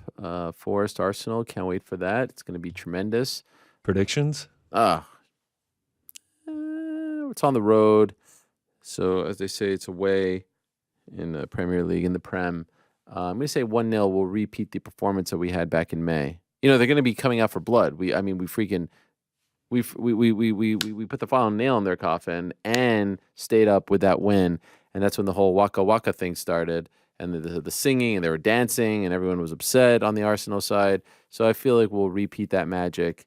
A couple injuries, though, that make me a little bit nervous, but I'm expecting big things from the guy. Listen, just like their sponsor, they tend to bottle it. Wow. All right, gents. Thank you very much. Much love. Appreciate you guys very much. Frank just went straight into it. Love it. The once, twice, three times the lady. Were you singing it like that from Garden State? Once, twice. Such an awesome and sad scene. But by the way, one of my favorite movies of all time. That movie led to my wife and I rekindling our love affair. Do you know this? I've told you this, you right? mentioned that, yeah. And that our first dance was to New Slang. Oh, that's awesome. Do you know that? I did not know that last part. You've seen it, right? Several times. I don't think the other guys have seen it. I think what we're learning over the past, 3-4 hours, they're not as cultured as you and I. They didn't know about Busquets. I mean, one of us didn't know about Tiny Desk, so there's a little bit of a... Well, I know now. Oh, you were the one. Yeah. Oh, it's so good. Can we recreate that for MMA? Like, what can we do? Can we bring sometimes people come to the studio I work at and do something similar. Oh, I saw the Wu-Tang one, and the first one that they did for Wu-Tang was Triumph. I couldn't believe it. I was in bed watching that with a massive smile on my face. Abal Matomically, Socrates' philosophies and hypothesis. I was like, what? How did I not know this? It's amazing. Anyway, check it out if you haven't. And just read the comments and just shower. Let it just wash over you, the positivity. Thank you very much, all our guests today. Tremendous show. Really appreciate everyone who stopped by. Thank you to Cris Cyborg. Thank you to Tatiana Suarez. Thank you to Sugar Sean O'Malley. And thank you to the legend Fedor Emelianenko. What a time that was. Thanks to them. Thanks to all of you. Back on Monday, same time.